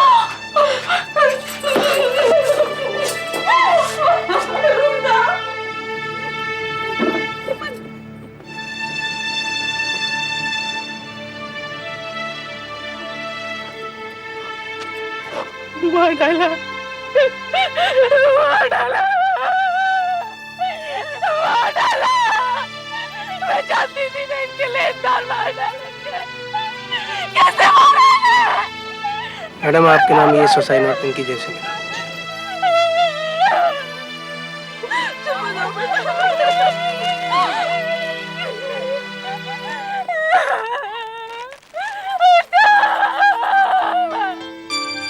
अगले 2 हफ्तों में लॉटरी के शिकंजे में जकड़े 6 और लोगों ने खुदकुशी कर ली। इन 7 लोगों की खुदकुशी की खबरों ने एक्टिविस्ट रमनीक सिंह को झंझोड़ कर रख दिया और उसने फैसला किया कि वो सुमन त्यागी को मुआवजा दिलवा कर रहेगा। लेकिन इससे शंकर की बेवा सुमन त्यागी को क्या मिला? उसके रिश्तेदार अपने घर में उसे रखना नहीं चाहते, और ठीक भी है। शंकर जो अपने पीछे इतना बड़ा कर्जा 10 लाख रुपए छोड़ गया है, उसकी जिम्मेदारी कौन लेगा? शंकर के परिवार की मदद के लिए मैंने दिल्ली लॉटरी संघ से अपील की थी, लेकिन उनका अभी तक कोई जवाब नहीं आया। इसीलिए मेरी अदालत से दरख्वास्त है कि शंकर की बेवा सुमन त्यागी को मुआवजा दिलवाने में मदद करे। मिस्टर सिंह, आईपीसी की धारा 309 के तहत आत्महत्या एक कानूनन जुर्म है, इसलिए यह अदालत मुआवजे के मुकदमे की सुनवाई नहीं कर सकती। मुआवजे के मामले को लेकर रमनीक सिंह ने कई अपीलें दाखिल की, लेकिन अदालत ने उन्हें हर बार ठुकरा दिया। फिर रमनीक सिंह ने सिंगल डिजिट लॉटरी बैन करने के लिए एक पब्लिक इंटरेस्ट लिटिगेशन दाखिल किया। सुमन जी, मैं चाहूंगा कि इस केस की पिटिशनर आप हैं। रमनीक सिंह की अपील के जवाब में एक रिटन स्टेटमेंट देकर एसोसिएशन ऑफ लॉटरी ट्रेडर्स भी इस मुकदमे की एक पार्टी बन गया। साथ ही उन्होंने सरकारी वकील गोपी नायर को उनका केस लड़ने को राजी कर लिया। गोपी नायर ने लॉटरी ट्रेडर्स यूनियन का बचाव करते हुए कहा कि सरकार को लॉटरी से 350 करोड़ रुपए का फायदा होता है, जिसे वो वेलफेयर स्कीम्स में लगाती है। रमणीक सिंह ने सरकारी आंकड़ों का हवाला देते हुए जिरह की कि इन पैसों में से सिर्फ 23 करोड़ वेलफेयर स्कीम्स पर खर्च होते हैं, जिसका एक पैसा भी लॉटरी से तबाह हुए परिवारों तक नहीं पहुंचता। साथ ही रमणीक सिंह ने सिंगल डिजिट लॉटरी को बैन किए जाने की मांग की।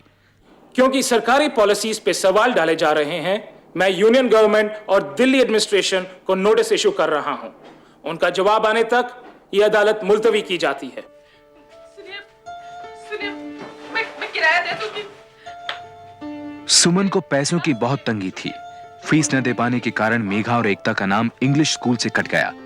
किराया न दे पाने पर सुमन को शाहदरा वाले मकान से निकाल दिया गया और उसे मजबूरन किरण के घर में पनाह लेनी पड़ी। अच्छा हुआ सुमन बहन तुम आ गई। ये कुछ पेपर से तुमसे साइन करवाने थे। लॉटरी खेलने वालों के परिवारों के सिग्नेचर कैंपेन चला रहे हैं। भाई साहब, मैं किसी दूसरे काम से आई हूँ। हाँ हाँ बोलो। मैं वो शाहदरा छोड़ना चाहती हूँ। बच्चों को तरह तरह के ताने सुनने पड़ते हैं। दीदी के घर में भी बहुत दिक्कत होती है। आप हमें वो भजनपुरा वाला घर दिलवा दीजिए। सुमन जी, वो तो बिना मारपीट के मिल नहीं सकता, और अगर ऐसा करेंगे तो हमारे इस बड़े केस का बहुत नुकसान हो जाएगा, और मैं वो नहीं चाहता। किस काम का है आपका ये केस, जो मेरे बच्चों का पेट न भर सके, जो मुझे गुंडे बदमाशों की धमकियों से न बचा सके? मैं अपना नाम वापस ले रही हूं। सरकार ने नोटिस का कोई जवाब दिया? यस माय लॉर्ड, सरकार का मानना है कि अगर दिल्ली में सिंगल डिजिट लॉटरी को बैन कर दिया गया तो लोग हरियाणा और राजस्थान के बॉर्डरिंग टाउन्स में जाकर के लॉटरी खेलना शुरू कर देंगे। My Lord, single digit lottery अपने आप में खतरनाक जुआ है। मेरी जानकारी के मुताबिक आज तक कोई भी स्टडी लॉटरी के ऊपर नहीं हुई है माय लॉर्ड, ना साइंटिफिक, ना स्पेसिफिक और ना सोशल। क्या 14 दिनों में 7 आत्महत्याएं काफी नहीं है जो सरकार अब लॉटरी के बुरे असर को लेकर सर्वे करवाना चाहती है? My Lord, state sponsor lottery ना ही गैर कानूनी है बल्कि अनकॉन्स्टिट्यूशनल भी। इनफ मिस्टर सिंह, आपके आर्ग्यूमेंट्स कोर्ट की मर्यादा के बाहर हैं। यह मामला कॉन्स्टिट्यूशन के आर्टिकल 39F का है। चूंकि आर्टिकल 39F एक डायरेक्टिव प्रिंसिपल है, अदालत इस मामले में कुछ नहीं कर सकती। लेकिन अदालत सरकार से अपील करती है कि वह सिंगल डिजिट लॉटरी को बैन कर दे। महीने भर में दिल्ली सरकार ने सिंगल डिजिट लॉटरी को बैन कर दिया, लेकिन लॉटरी व्यापारियों ने अदालत में अपील की और यह बैन हट गया। 24 मार्च 1998 को अदालत ने अपने अंतिम फैसले में एक बार फिर दिल्ली में सिंगल डिजिट लॉटरी को बैन कर दिया।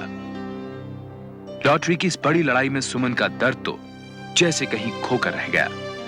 उसे इन अदालती लड़ाइयों से कुछ भी नहीं मिला। वो आज भी आर्थिक सहायता के लिए अपनी बहन पर निर्भर है।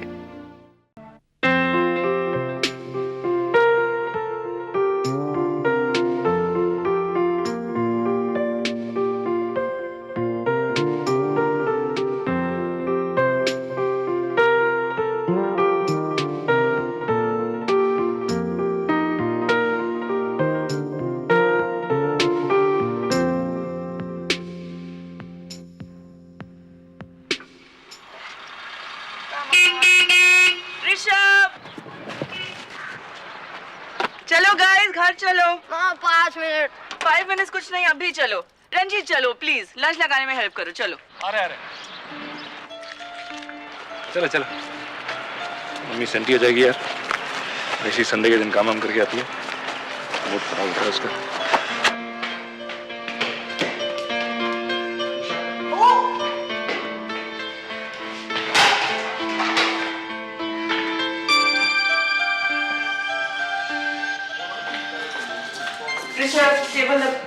ऋषभ टेबल लगाओ। Barry is probably edging it. तो अभी तक वहीं हो?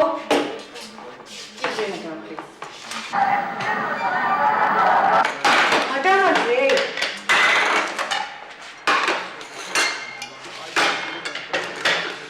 ऋषभ, खाना लग गया। ऋषभ चलो यार, लग गया खाना। ऋषभ, टीवी बंद करो। बंद करो टीवी। Rishabh, come on. आ तो रहा था। ठीक है बैठो अब। चम्मच देना।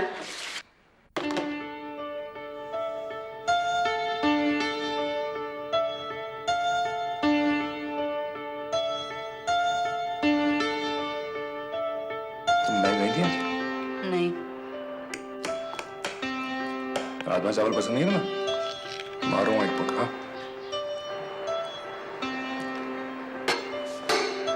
टीटी टूर्नामेंट के लिए कौन सी यूनिफॉर्म चाहिए? व्हाइट वाली।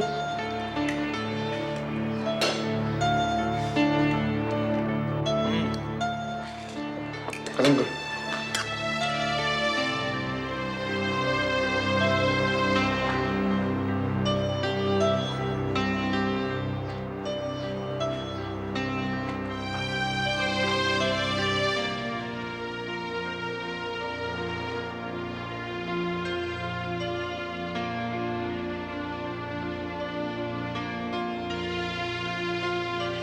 ऋषि बैग पैक कर लिया? ठीक है।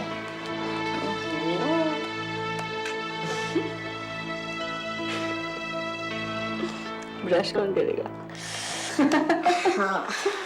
उठो, चलो जाओ ब्रश करो।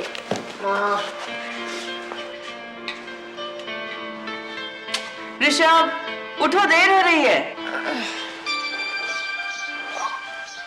ओ ऋषभ, टाइम हो रहा है, उठो।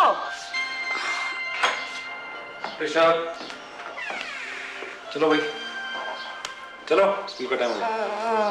2 मिनट और प्लीज प्लीज। सोनिया क्या हुआ? देखो यार, इसको बुखार लग रहा है। नहीं प्लीज, मैं ठीक हूँ। थर्मामीटर ले। I'm fine। हाँ फाइन तो है। कल तो ठीक था। हो गया।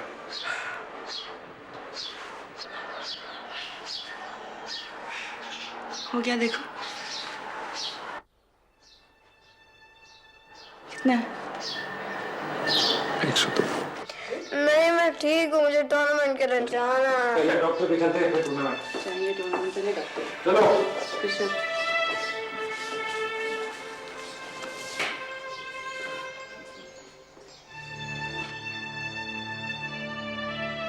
शुरू में ऋषभ का इलाज नजदीक के ही एक क्लिनिक में हुआ, लेकिन जब 10 दिन तक उसका बुखार नहीं उतरा तो रंजीत और सोनिया ने उसे डॉक्टर भल्ला को दिखाने का फैसला किया, जो एक बहुत ही reputed nursing home Green Fields में बच्चों के डॉक्टर थे। डॉक्टर भल्ला को टाइफाइड का शक हुआ। उन्होंने ऋषभ का विडाल टेस्ट किया और उसे हॉस्पिटल में दाखिल कर लिया।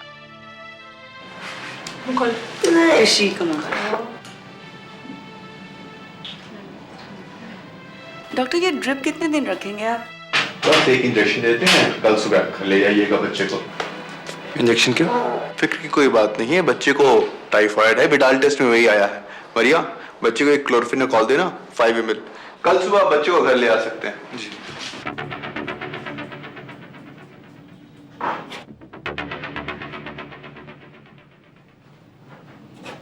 ये लैरियन को क्लोरोक्विन लाने का है।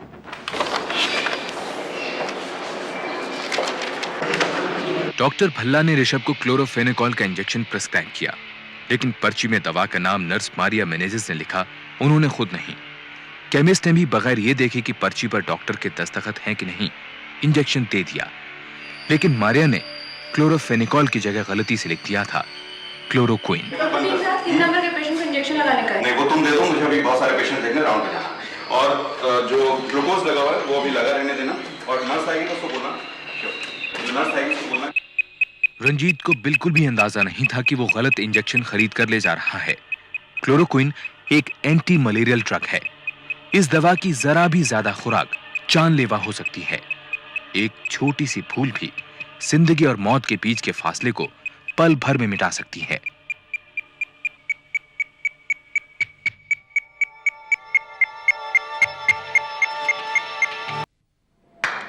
मामा ये लोग कितने और इंजेक्शन आएंगे? क्या करोगे ऋषभ? पापा 129 for 3। कितना वजन? 27 overs में और 23 overs में 132 और बना।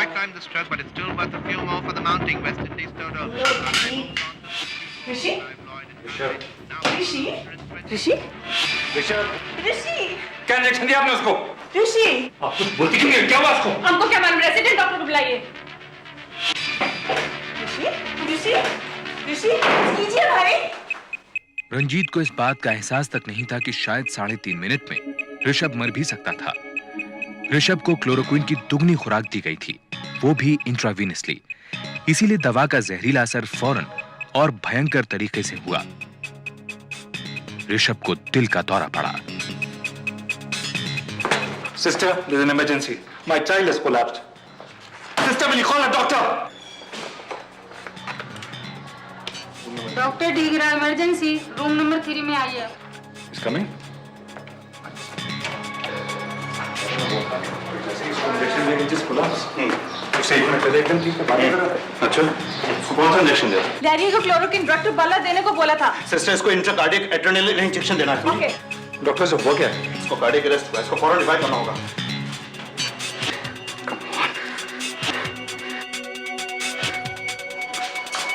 डॉक्टर क्या?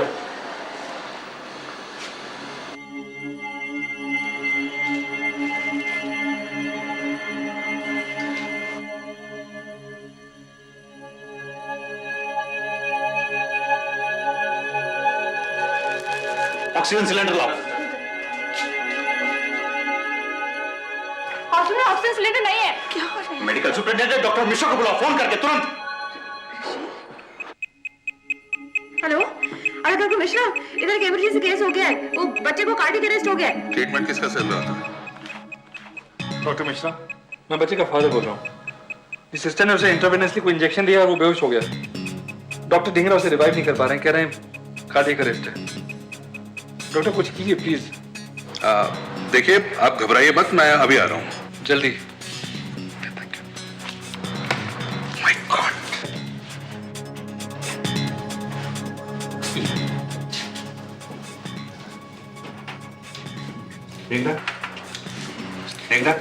जल्दी से ऑक्सीजन और मैनुअल वेंटिलेटर का इंतजाम कर। क्विक। डॉक्टर मिश्रा, जो कि ग्रीन फील्ड्स के मेडिकल सुपरिंटेंडेंट और सीनियर एनेस्थेटिस्ट होने के साथ साथ हॉस्पिटल में पार्टनर भी थे, उन्होंने ऋषभ की ब्रीदिंग कंट्रोल में लाने के लिए उसे मैनुअल वेंटिलेटर पे रखा। ऋषभ का कार्डियक अरेस्ट तो ठीक हो गया, पर रह रहकर उसे दौरे पड़ने लगे। डॉक्टर क्या हो रहा है ऋषभ को? आप क्या मशीन है, आप बताएंगे कुछ हमें? घबराने की कोई बात नहीं मिस्टर माथुर। आपका बेटा बिल्कुल ठीक है। बिल्कुल ठीक। इसे कार्डियक अरेस्ट हुआ था, लेकिन अब इसका हार्ट बिल्कुल नॉर्मल है। ठीक है? इसे आप ठीक है ना? ये क्या हो रहा है इसे? मिसेस माथुर, मैंने कहा ना घबराइए मत। Your child is in safe hands. बस थोड़ी सी रेस्पिरेटरी प्रॉब्लम है। देखिए, कार्डियक अरेस्ट हुआ है तो नॉर्मल होने में थोड़ा वक्त तो लगेगा ही। देखिए, आप ऐसा कीजिए, आप बाहर चलकर बैठिए, लेकिन अगर कोई प्रॉब्लम होगी तो हम आपको बुला लेंगे। Please please Mrs Mathur, try to understand. Please give us the time to work, please.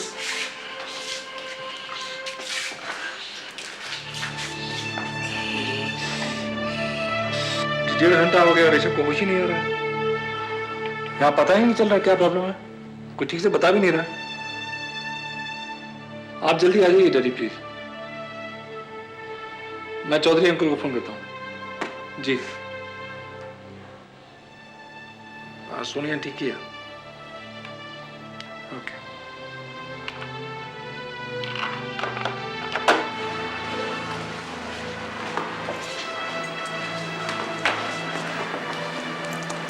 बेटी, आपका कौन बीमार है? मेरा बेटा।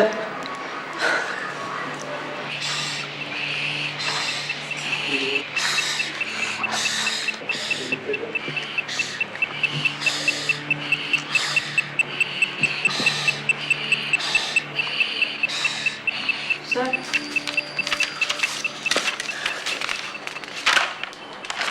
तुम्हें नर्स किसने बनाया? सर मेरे को क्लोरोक्विन ही सुनाई Oh, shut up. एक 10 साल के बच्चे को क्लोरोक्विन का इंजेक्शन। पर सर उसको क्लोरोक्विन सिरप भी प्रिस्क्राइब किया था। इंट्रावेनस इंजेक्शन और सिरप में फर्क होता है। Stupid. तुम्हारी वजह से 10 साल के बच्चे की यह हाल हो गया।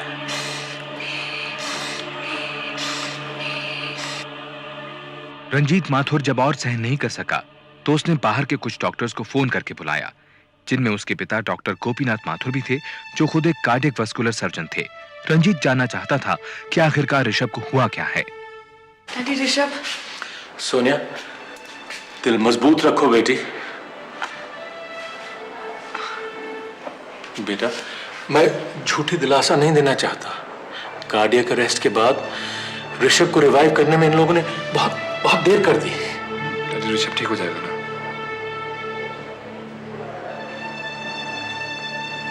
गलत इंजेक्शन देने से कार्डियक अरेस्ट हुआ, लेकिन असली नुकसान उससे नहीं हुआ। ऋषभ को रिवाइव करने में जो देर हो गई, नुकसान उससे हुआ। किसी ने उसको टाइम पर ऑक्सीजन नहीं दी, माउथ टू माउथ रेस्पिरेशन देने की भी कोशिश नहीं की। जब ऋषभ के दिमाग को 5 मिनट तक ऑक्सीजन नहीं मिला तो उसे सिवियर ब्रेन डैमेज हो गया। डैडी, इतनी बड़ी बात आप कैसे कर सकते हैं? आपने उसको 1 मिनट भी देखा नहीं है। डॉक्टर मिश्रा कह रहे हैं उसे होश आ जाएगा, वो ठीक हो जाएगा। रंजीत मेरे बेटे, समझने की कोशिश करो। His brain is dead. There is nothing we can do. It's all over now.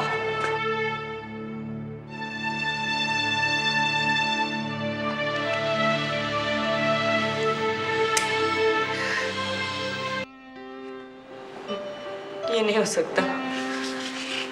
मैं ऋषभ को जानती हूँ, वो ऐसे हार नहीं मानेगा, वो लड़ेगा।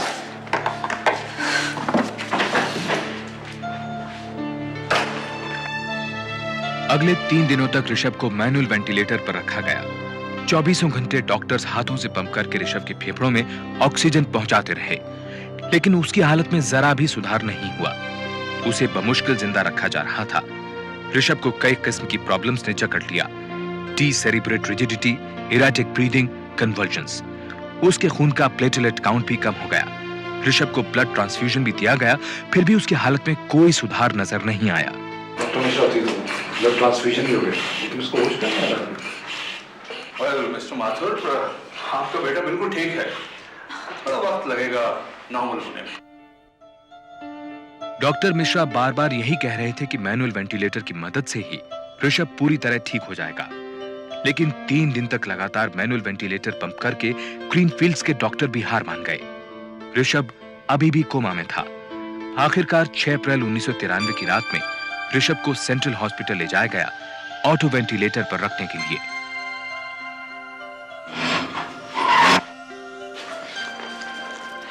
डॉक्टर मिश्रा, सिस्टर मुझे ऋषभ की केस शीट नहीं दे रही। आप परेशान क्यों हो रहे हैं डॉक्टर साहब? मैं हूं ना, मैं तो साथ चल ही रहा हूं। केस शीट की क्या जरूरत है? अगले 20 दिनों तक सेंट्रल हॉस्पिटल के सीनियर पीडियाट्रिशियन डॉक्टर आनंद ने ऋषभ को आईसीयू में रखा और तरह तरह के टेस्ट किए। डॉक्टर मिश्रा को ऋषभ की केस फाइल मजबूरन डॉक्टर आनंद को देनी पड़ी, यह बताने के लिए कि ऋषभ के रिवाइवल में इतनी देर क्यों लगी। डॉक्टर मिश्रा, रिवाइवल के प्रोसीजर तो नर्स तक को आते हैं, फिर ऋषभ माथुर केस में इतनी डिले क्यों हुई?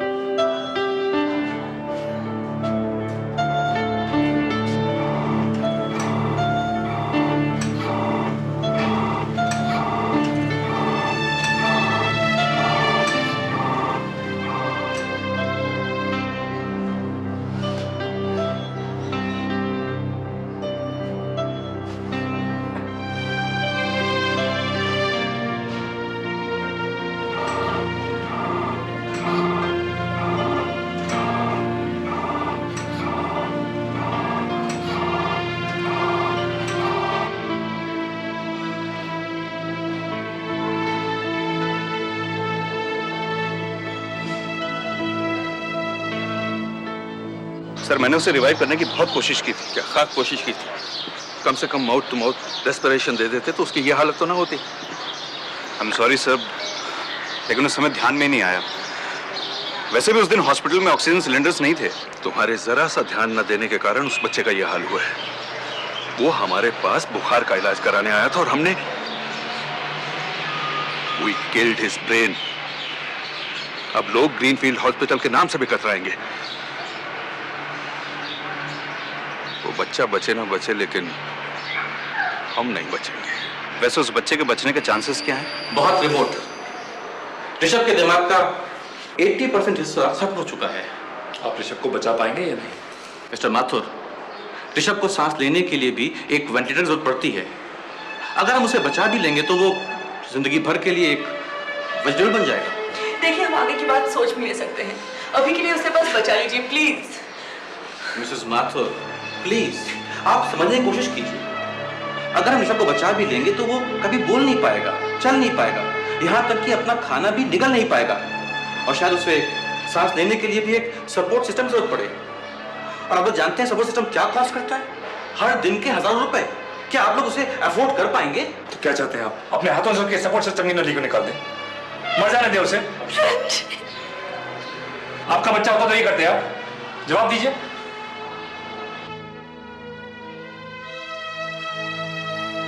ऋषभ को बचाने के लिए जो भी कुछ करना पड़ेगा हम करने को तैयार हैं।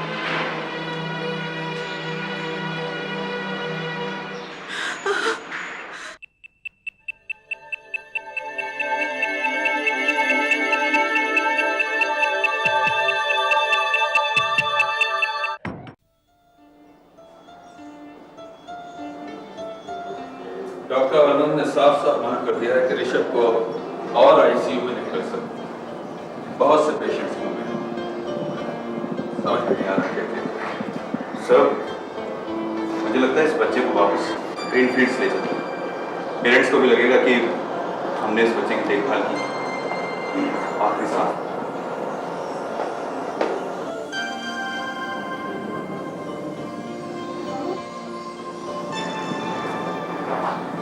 Hello mister Mathur. Mister Mathur ऐसा करते हैं कि ऋषभ को ग्रीनफील्ड वापस ले चलते हैं। हम हैं ना, हम कोई ना कोई इलाज ढूंढ निकालेंगे। देखो बेटा, सोचो मत, वक्त बहुत कम है। उसे डॉक्टरी केयर की जरूरत है। हम उसे वहीं रखेंगे, चाहे उसे सारी उम्र वहीं क्यों ना रहना पड़े।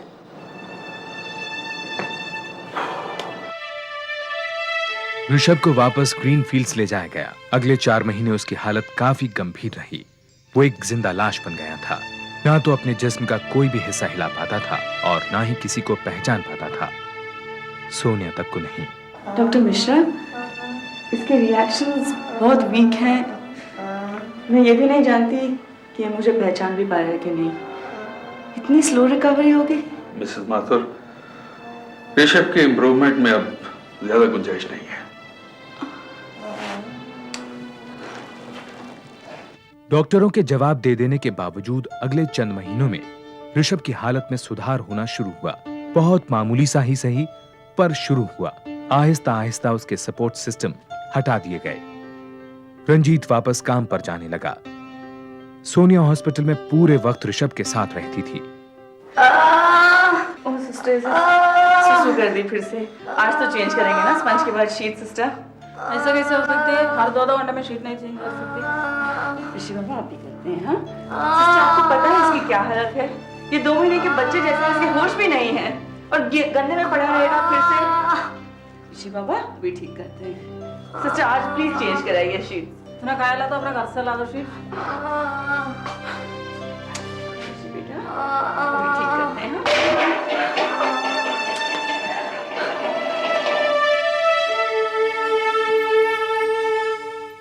डॉक्टर मिश्रा, आपसे 1 मिनट बात करनी है। यस, बोलिए। आपका स्टाफ कुछ ज्यादा ही बदतमीजी से पेश आ रहा है हमसे। मैंने ऋषभ के शीट्स चेंज करने को कहा और सिस्टर ने मना कर दिया।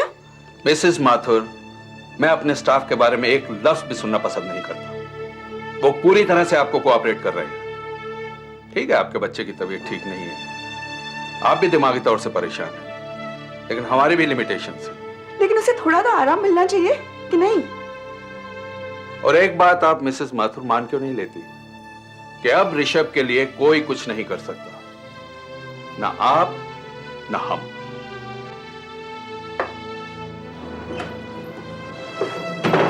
हाय, ऋषभ कैसा?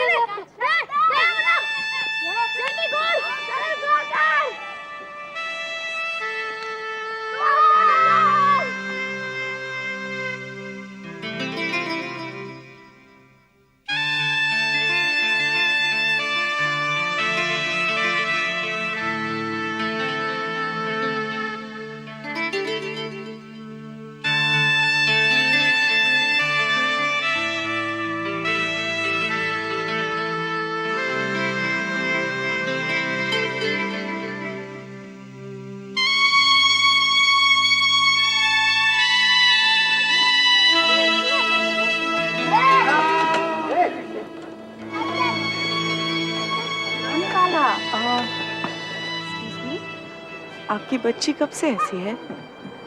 मुझे गलत मत समझिए, मेरा बेटा 1 साल से हॉस्पिटल में पड़ा हुआ है। वो चल नहीं सकता, बोल नहीं सकता, अपने आप खाना नहीं खा सकता, कुछ नहीं कर सकता।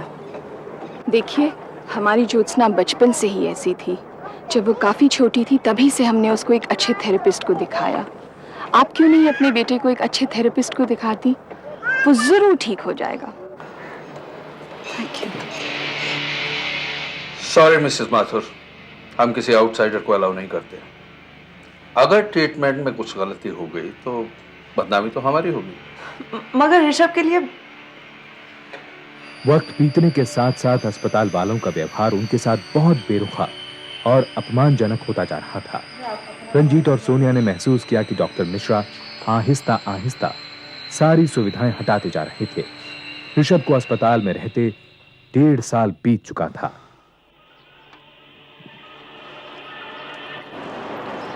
डैडी, अब और बर्दाश्त नहीं होगा। हॉस्पिटल वालों का एटीट्यूड दिन पर दिन खराब होता जा रहा है। रंजीत, ऋषभ को घर ले आओ।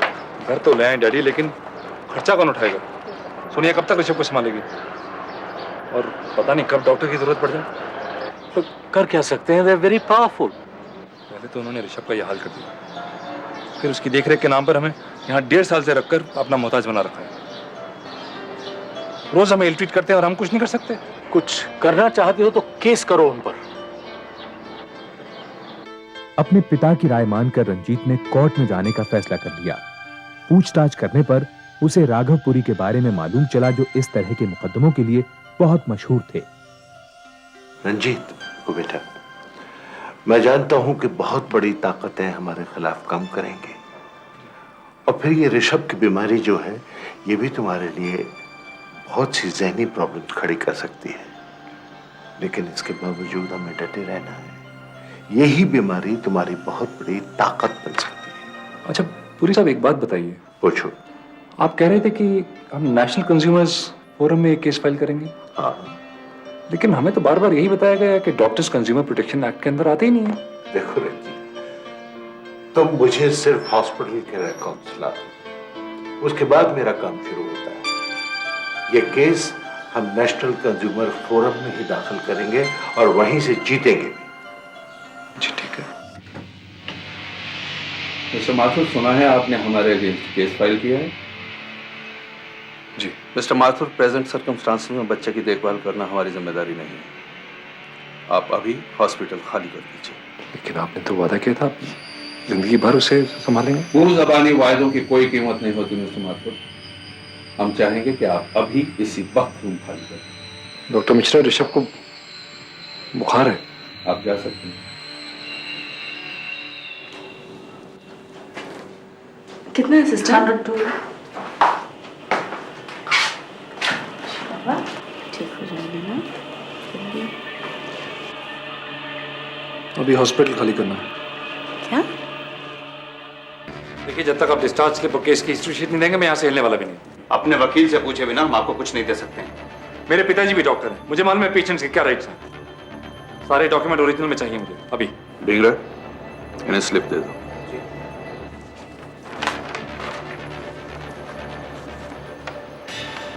इसमें बुखार का कुछ मेंशन नहीं है। देखिए, आपको स्लिप चाहिए थी, हमने स्लिप दे दी है। अब पेशेंट को बुखार है या नहीं, मेरा ख्याल है हम बेहतर जानते हैं। I won't get away with this. Case करेंगे, कोर्ट जाएंगे। राघव पुरी ने ऋषभ का मुकदमा लड़ने का फैसला कर लिया। हालांकि उस वक्त डॉक्टर्स कंज्यूमर्स एक्ट के तहत नहीं आते थे, लेकिन राघव पुरी को यकीन था कि सुप्रीम कोर्ट में चल रहा एक अन्य मुकदमा इस सच्चाई को बदल देगा, और हुआ भी वही। 1995 में सुप्रीम कोर्ट के आदेश से डॉक्टर्स भी कंज्यूमर एक्ट का हिस्सा बन गए। ऋषभ का केस डॉक्टरी लापरवाही यानी मेडिकल नेग्लिजेंस का पहला मुकदमा था, जिसे नेशनल कंज्यूमर कोर्ट ने स्वीकार किया। जिस डॉक्टर ने इंजेक्शन प्रिस्क्राइब किया वो यहां नहीं है। जिस डॉक्टर ने कार्डियक अरेस्ट के बाद ऋषभ को रिवाइव किया वो भी यहां नहीं है। और वो नर्स जिसने उस रात गलत इंजेक्शन लगाया वो भी आज कोर्ट में नहीं है, जबकि वो अभी भी आपके हॉस्पिटल में काम कर रही है। जी। आपके मुताबिक उसकी परफॉर्मेंस कैसी है? Very competent. बस जरा ऋषभ के केस में गड़बड़ आ गई। दरअसल ऋषभ को क्लोरोक्विन सिरप दिया जा रहा था। क्लोरोक्विन सिरप और क्लोरोक्विन इंजेक्शन में थोड़ा सा वो कंफ्यूज कर गए। जो नर्स सिरप और इंजेक्शन में कंफ्यूज हो जाती है उसे आप कॉम्पिटेंट कहते हैं doctor Mishra? Maria Menezes 10th class भी पास नहीं है, और जिस नर्सिंग इंस्टीट्यूट से उसने ट्रेनिंग ली है वो इंस्टीट्यूट एक रिकॉग्नाइज्ड इंस्टीट्यूट नहीं है, योर लॉर्डशिप। डॉक्टर मिश्रा, आपने इस नर्स के खिलाफ एक्शन क्यों नहीं लिया? एक्शन? जरा सी गलती के लिए एक्शन? जरा सी गलती? उस नर्स की वजह से मेरे बच्चे को कार्डियक अरेस्ट हो गया। आप कह रहे हैं छोटी सी गलती? मेरा बच्चा कार्डियक अरेस्ट के बाद भी बच सकता था अगर उसके दिमाग को ऑक्सीजन सही वक्त पर मिल जाती। उसे रिवाइव करने में बहुत देर की गई, योर लॉर्डशिप। उसे रिवाइव करने में कोई देर नहीं की गई। जी हुई थी। डॉक्टर ढींगरा को कमरे में पहुंचते पहुंचते 7 मिनट लग गए थे। अगर डॉक्टर ढींगरा को 7 मिनट लगते, योर लॉर्डशिप, तो बच्चा बच ही नहीं सकता था, क्योंकि मेडिकल रिसर्च ये प्रूव कर चुकी है कि किसी बच्चे के ब्रेन को कार्डियक अरेस्ट के बाद अगर 3.5 मिनट तक ऑक्सीजन ना मिले तो उसे बचाया नहीं जा सकता। जबकि मैं वहां पहुंचा तो उसे रिवाइव किया जा चुका था। लेकिन योर लॉर्डशिप, बच्चे का ब्रेन डैमेज नहीं हुआ था। अच्छा, लेकिन डॉक्टर मिश्रा आपकी रिपोर्ट में लिखा है कि बच्चा डिसेरिब्रेट पोजीशन में था, यानी कि उसके हाथ पैर सिकड़े हुए थे जैसे मां के पेट में होता है। डॉक्टर मिश्रा, ऐसा किस वक्त होता है? जब दिमाग को खून की सप्लाई ठीक से न पहुंचे या फिर ब्रेन को ऑक्सीजन न मिले। और जब ब्रेन को ऑक्सीजन न पहुंचे तब क्या होता है डॉक्टर मिश्रा? तब ब्रेन सेल्स डैमेज हो सकते हैं। ठीक वैसे ही जैसे ऋषभ के ब्रेन सेल्स डैमेज हुए हैं ऑक्सीजन ना मिलने की वजह से। अगले 1 साल तक मुकदमा चलता रहा। राघव पुरी ने ऋषभ की तरफ से 28 लाख रुपए के हर्जाने का दावा किया।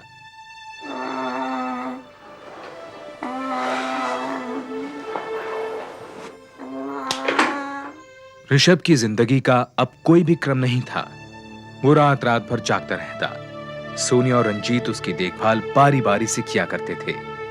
तमाम किस्म की थेरेपीज भी ऋषभ को कोई लाभ नहीं पहुंचा पा रही थी।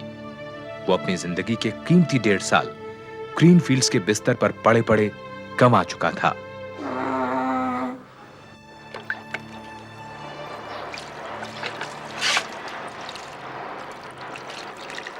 ऋषि, पौधा देख रहे हो? थोड़े दिन के बाद थोड़ा और बड़ा हो जाएगा, फिर इसमें फूल आएंगे। तुम देखोगे ना उसको?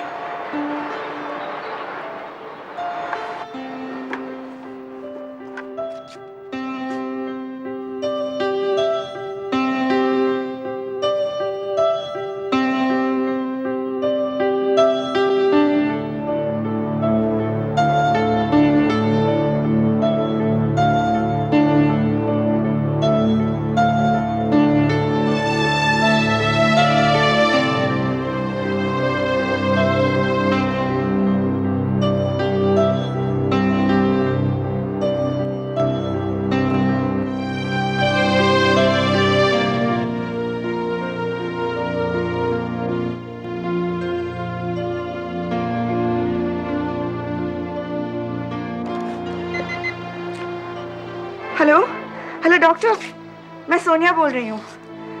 हाँ मिसेस माथुर, ऋषि मुस्कुराया। नहीं, अब मेरी बात तो सुनिए। I saw him. कलर से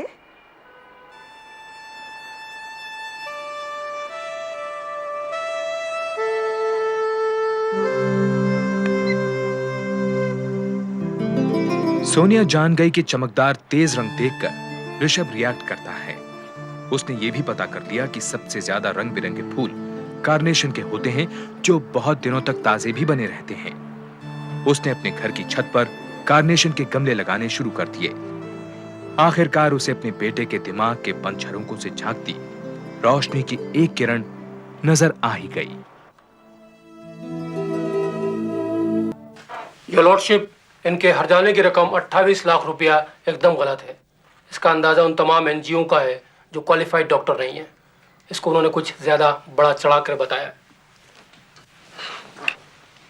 डॉक्टर मिश्रा, आप एक क्वालिफाइड डॉक्टर हैं, क्या आप ये बताएंगे कि वो बच्चा कभी चल सकेगा? मैंने बच्चे को काफी देर से देखा नहीं है, इसलिए मैं कुछ कह नहीं सकता। क्या वो बच्चा कभी बात कर सकेगा? मैं नहीं जानता। डॉक्टर मिश्रा, ऋषभ अभी सिर्फ 12 साल का है। उसके सामने उसकी पूरी जिंदगी पड़ी हुई है।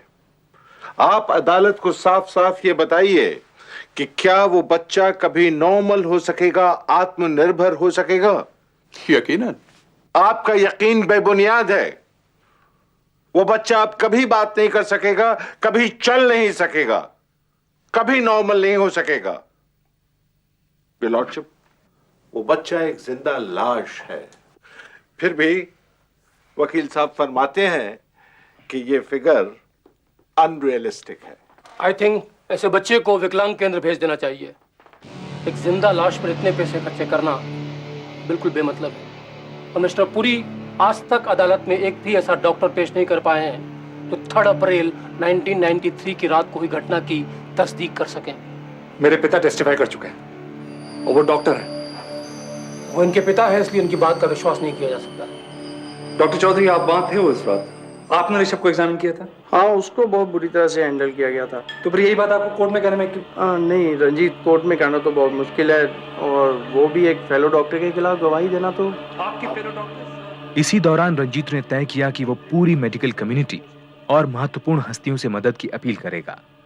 तकरीबन सभी डॉक्टरों ने अपने साथी डॉक्टर के खिलाफ गवाही देने से इनकार कर दिया। They'll have to own up. देखो, ग्रीनफील्ड्स के मालिक डॉक्टर मिश्रा मेरे पर्सनल फ्रेंड हैं। तो उनको बच्चों को मारने की आजादी है क्या? लोगों की जान से खेलने की आजादी है? देखो, हमारी सिंपैथीज आपके साथ हैं। आपकी सिंपैथीज नहीं चाहिए हमें। आप एक बात बताएंगे मिस्टर माथुर, ऋषभ माथुर के दिमाग के अलावा उनके शरीर के कौन से हिस्से काम कर रहे हैं? I mean liver, lungs, kidney. आप अजीब उल्टी बात कर रहे हैं। Your Lordship, brain is the central organ of the body, जो कि बाकी सब पार्ट्स को कंट्रोल करता है। मेरा बेटा चल नहीं सकता, खड़ा नहीं हो सकता, बात नहीं कर सकता। आप पूछ रहे हैं उसके जिस्म के बाकी हिस्से काम करते हैं या नहीं? हाँ, ये सच है कि उसके जिस्म के कुछ हिस्से काम कर रहे हैं। लॉर्डशिप, मिस्टर माथुर के स्टेटमेंट अदालत में रिकॉर्ड किए जाएं कि उनके बेटे के जिस्म के कुछ हिस्से काम कर रहे हैं। इस किस्म के कोई भी स्टेटमेंट्स दर्ज नहीं किए जाएंगे। इनका कंपेंसेशन केस से कोई ताल्लुक नहीं है। मिस्टर माथुर, आपको पता है कि ग्रीनफील्ड के डॉक्टरों की लापरवाही की वजह से आपके बेटे की हालत हुई, तो फिर आप वहां पर क्यों गए? आपने उसे 1.5 साल तक वहां पर क्यों रखा? Lordship, we couldn't stop hoping. Doctor Anand ने भी जवाब दे दिया था। तो क्या हम ऋषभ को वहीं मरने को छोड़ देते? ऐसे हालात में डॉक्टर मिश्रा का ऑफर आया तो हमें लगा शायद वाकई उन्हें अपनी गलती का एहसास हुआ। शायद सचमुच वो हमारी मदद करना चाहते हैं। इस ऑफर के पीछे उनका क्या मकसद था हम समझ नहीं पाए। लॉर्डशिप, डॉक्टर मिश्रा का ऑफर हमारे लिए आखिरी उम्मीद थी, ऋषभ के लिए आखिरी उम्मीद थी। और आपने उन्हें एक पैसा भी नहीं दिया और अपने बेटे को 1.5 साल तक ग्रीनफील्ड हॉस्पिटल में रखा। 1 मिनट, मैंने इनसे बिल मांगा था योर लॉर्डशिप, लेकिन उन्होंने कभी बिल दिया ही नहीं। डिस्चार्ज के वक्त भी मैंने उनसे बिल मांगे तो बोले कि 2 दिन में आपको बिल भेज देंगे। उसके बाद भी मैं फोन करता रहा, लेकिन उन्होंने बिल ही नहीं दिया। योर लॉर्डशिप, मिस्टर माथुर ने ग्रीनफील्ड हॉस्पिटल की सर्विसेज का कोई पेमेंट नहीं किया, इसलिए कंज्यूमर प्रोटेक्शन एक्ट के तहत उन्हें इस अदालत में मुकदमा दायर करने का कोई हक नहीं है। ये लॉर्डशिप, जब ऋषभ को हॉस्पिटल में एडमिट कराया था तो वो बीमार था, लेकिन हंसता था, बात करता था, अपनी तकलीफ बता सकता था। वहां इन्होंने उसका इलाज किया और अब वो जिंदा होकर भी जिंदा नहीं है, कुछ महसूस नहीं कर पाता। हमारा सब कुछ उजाड़ कर भी इन लोगों को शर्म नहीं आ रही है, और हम लोगों से इस तरह के सवाल किए जा रहे हैं।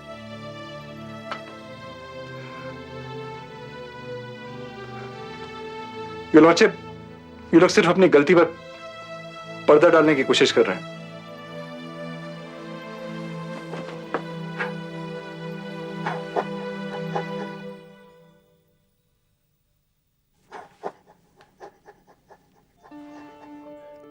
ये अदालत इस नतीजे पर पहुंची है कि जस्टिस नाथ के मुताबिक नर्स मारिया मेनेजेस और डॉक्टर ठींगरा ने अपना फर्ज बहुत ही गैर जिम्मेदाराना ढंग से निभाया।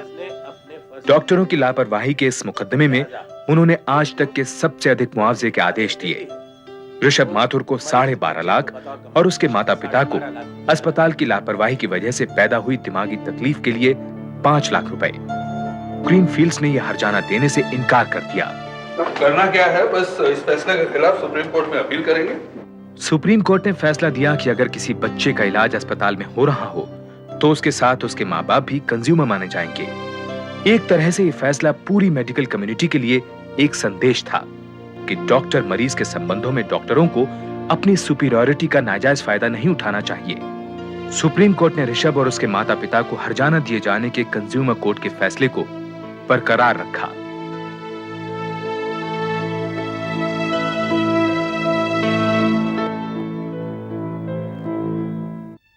डॉक्टर मिश्रा आज भी ग्रीनफील्ड्स हॉस्पिटल चलाकर मुनाफा कमा रहे हैं। डॉक्टर ठींगरा और नर्स मारिया मेनेजेस दिल्ली के दूसरे अस्पतालों में नौकरी कर रहे हैं। आज तक माथुर परिवार को मुआवजे के 17.5 लाख रुपयों में से 1 पैसा भी नहीं मिला है। सोनिया का फूलों के साथ नाता जो ऋषभ की मुस्कुराहट के साथ शुरू हुआ अब भी कायम है। आज वो फ्लावर शोज में हिस्सा लेती है और काफी इनाम भी जीत चुकी है। ऋषभ अब 15 साल का हो चुका है। मुआवजे की घोषणा के बावजूद उसका कोई भविष्य नहीं है।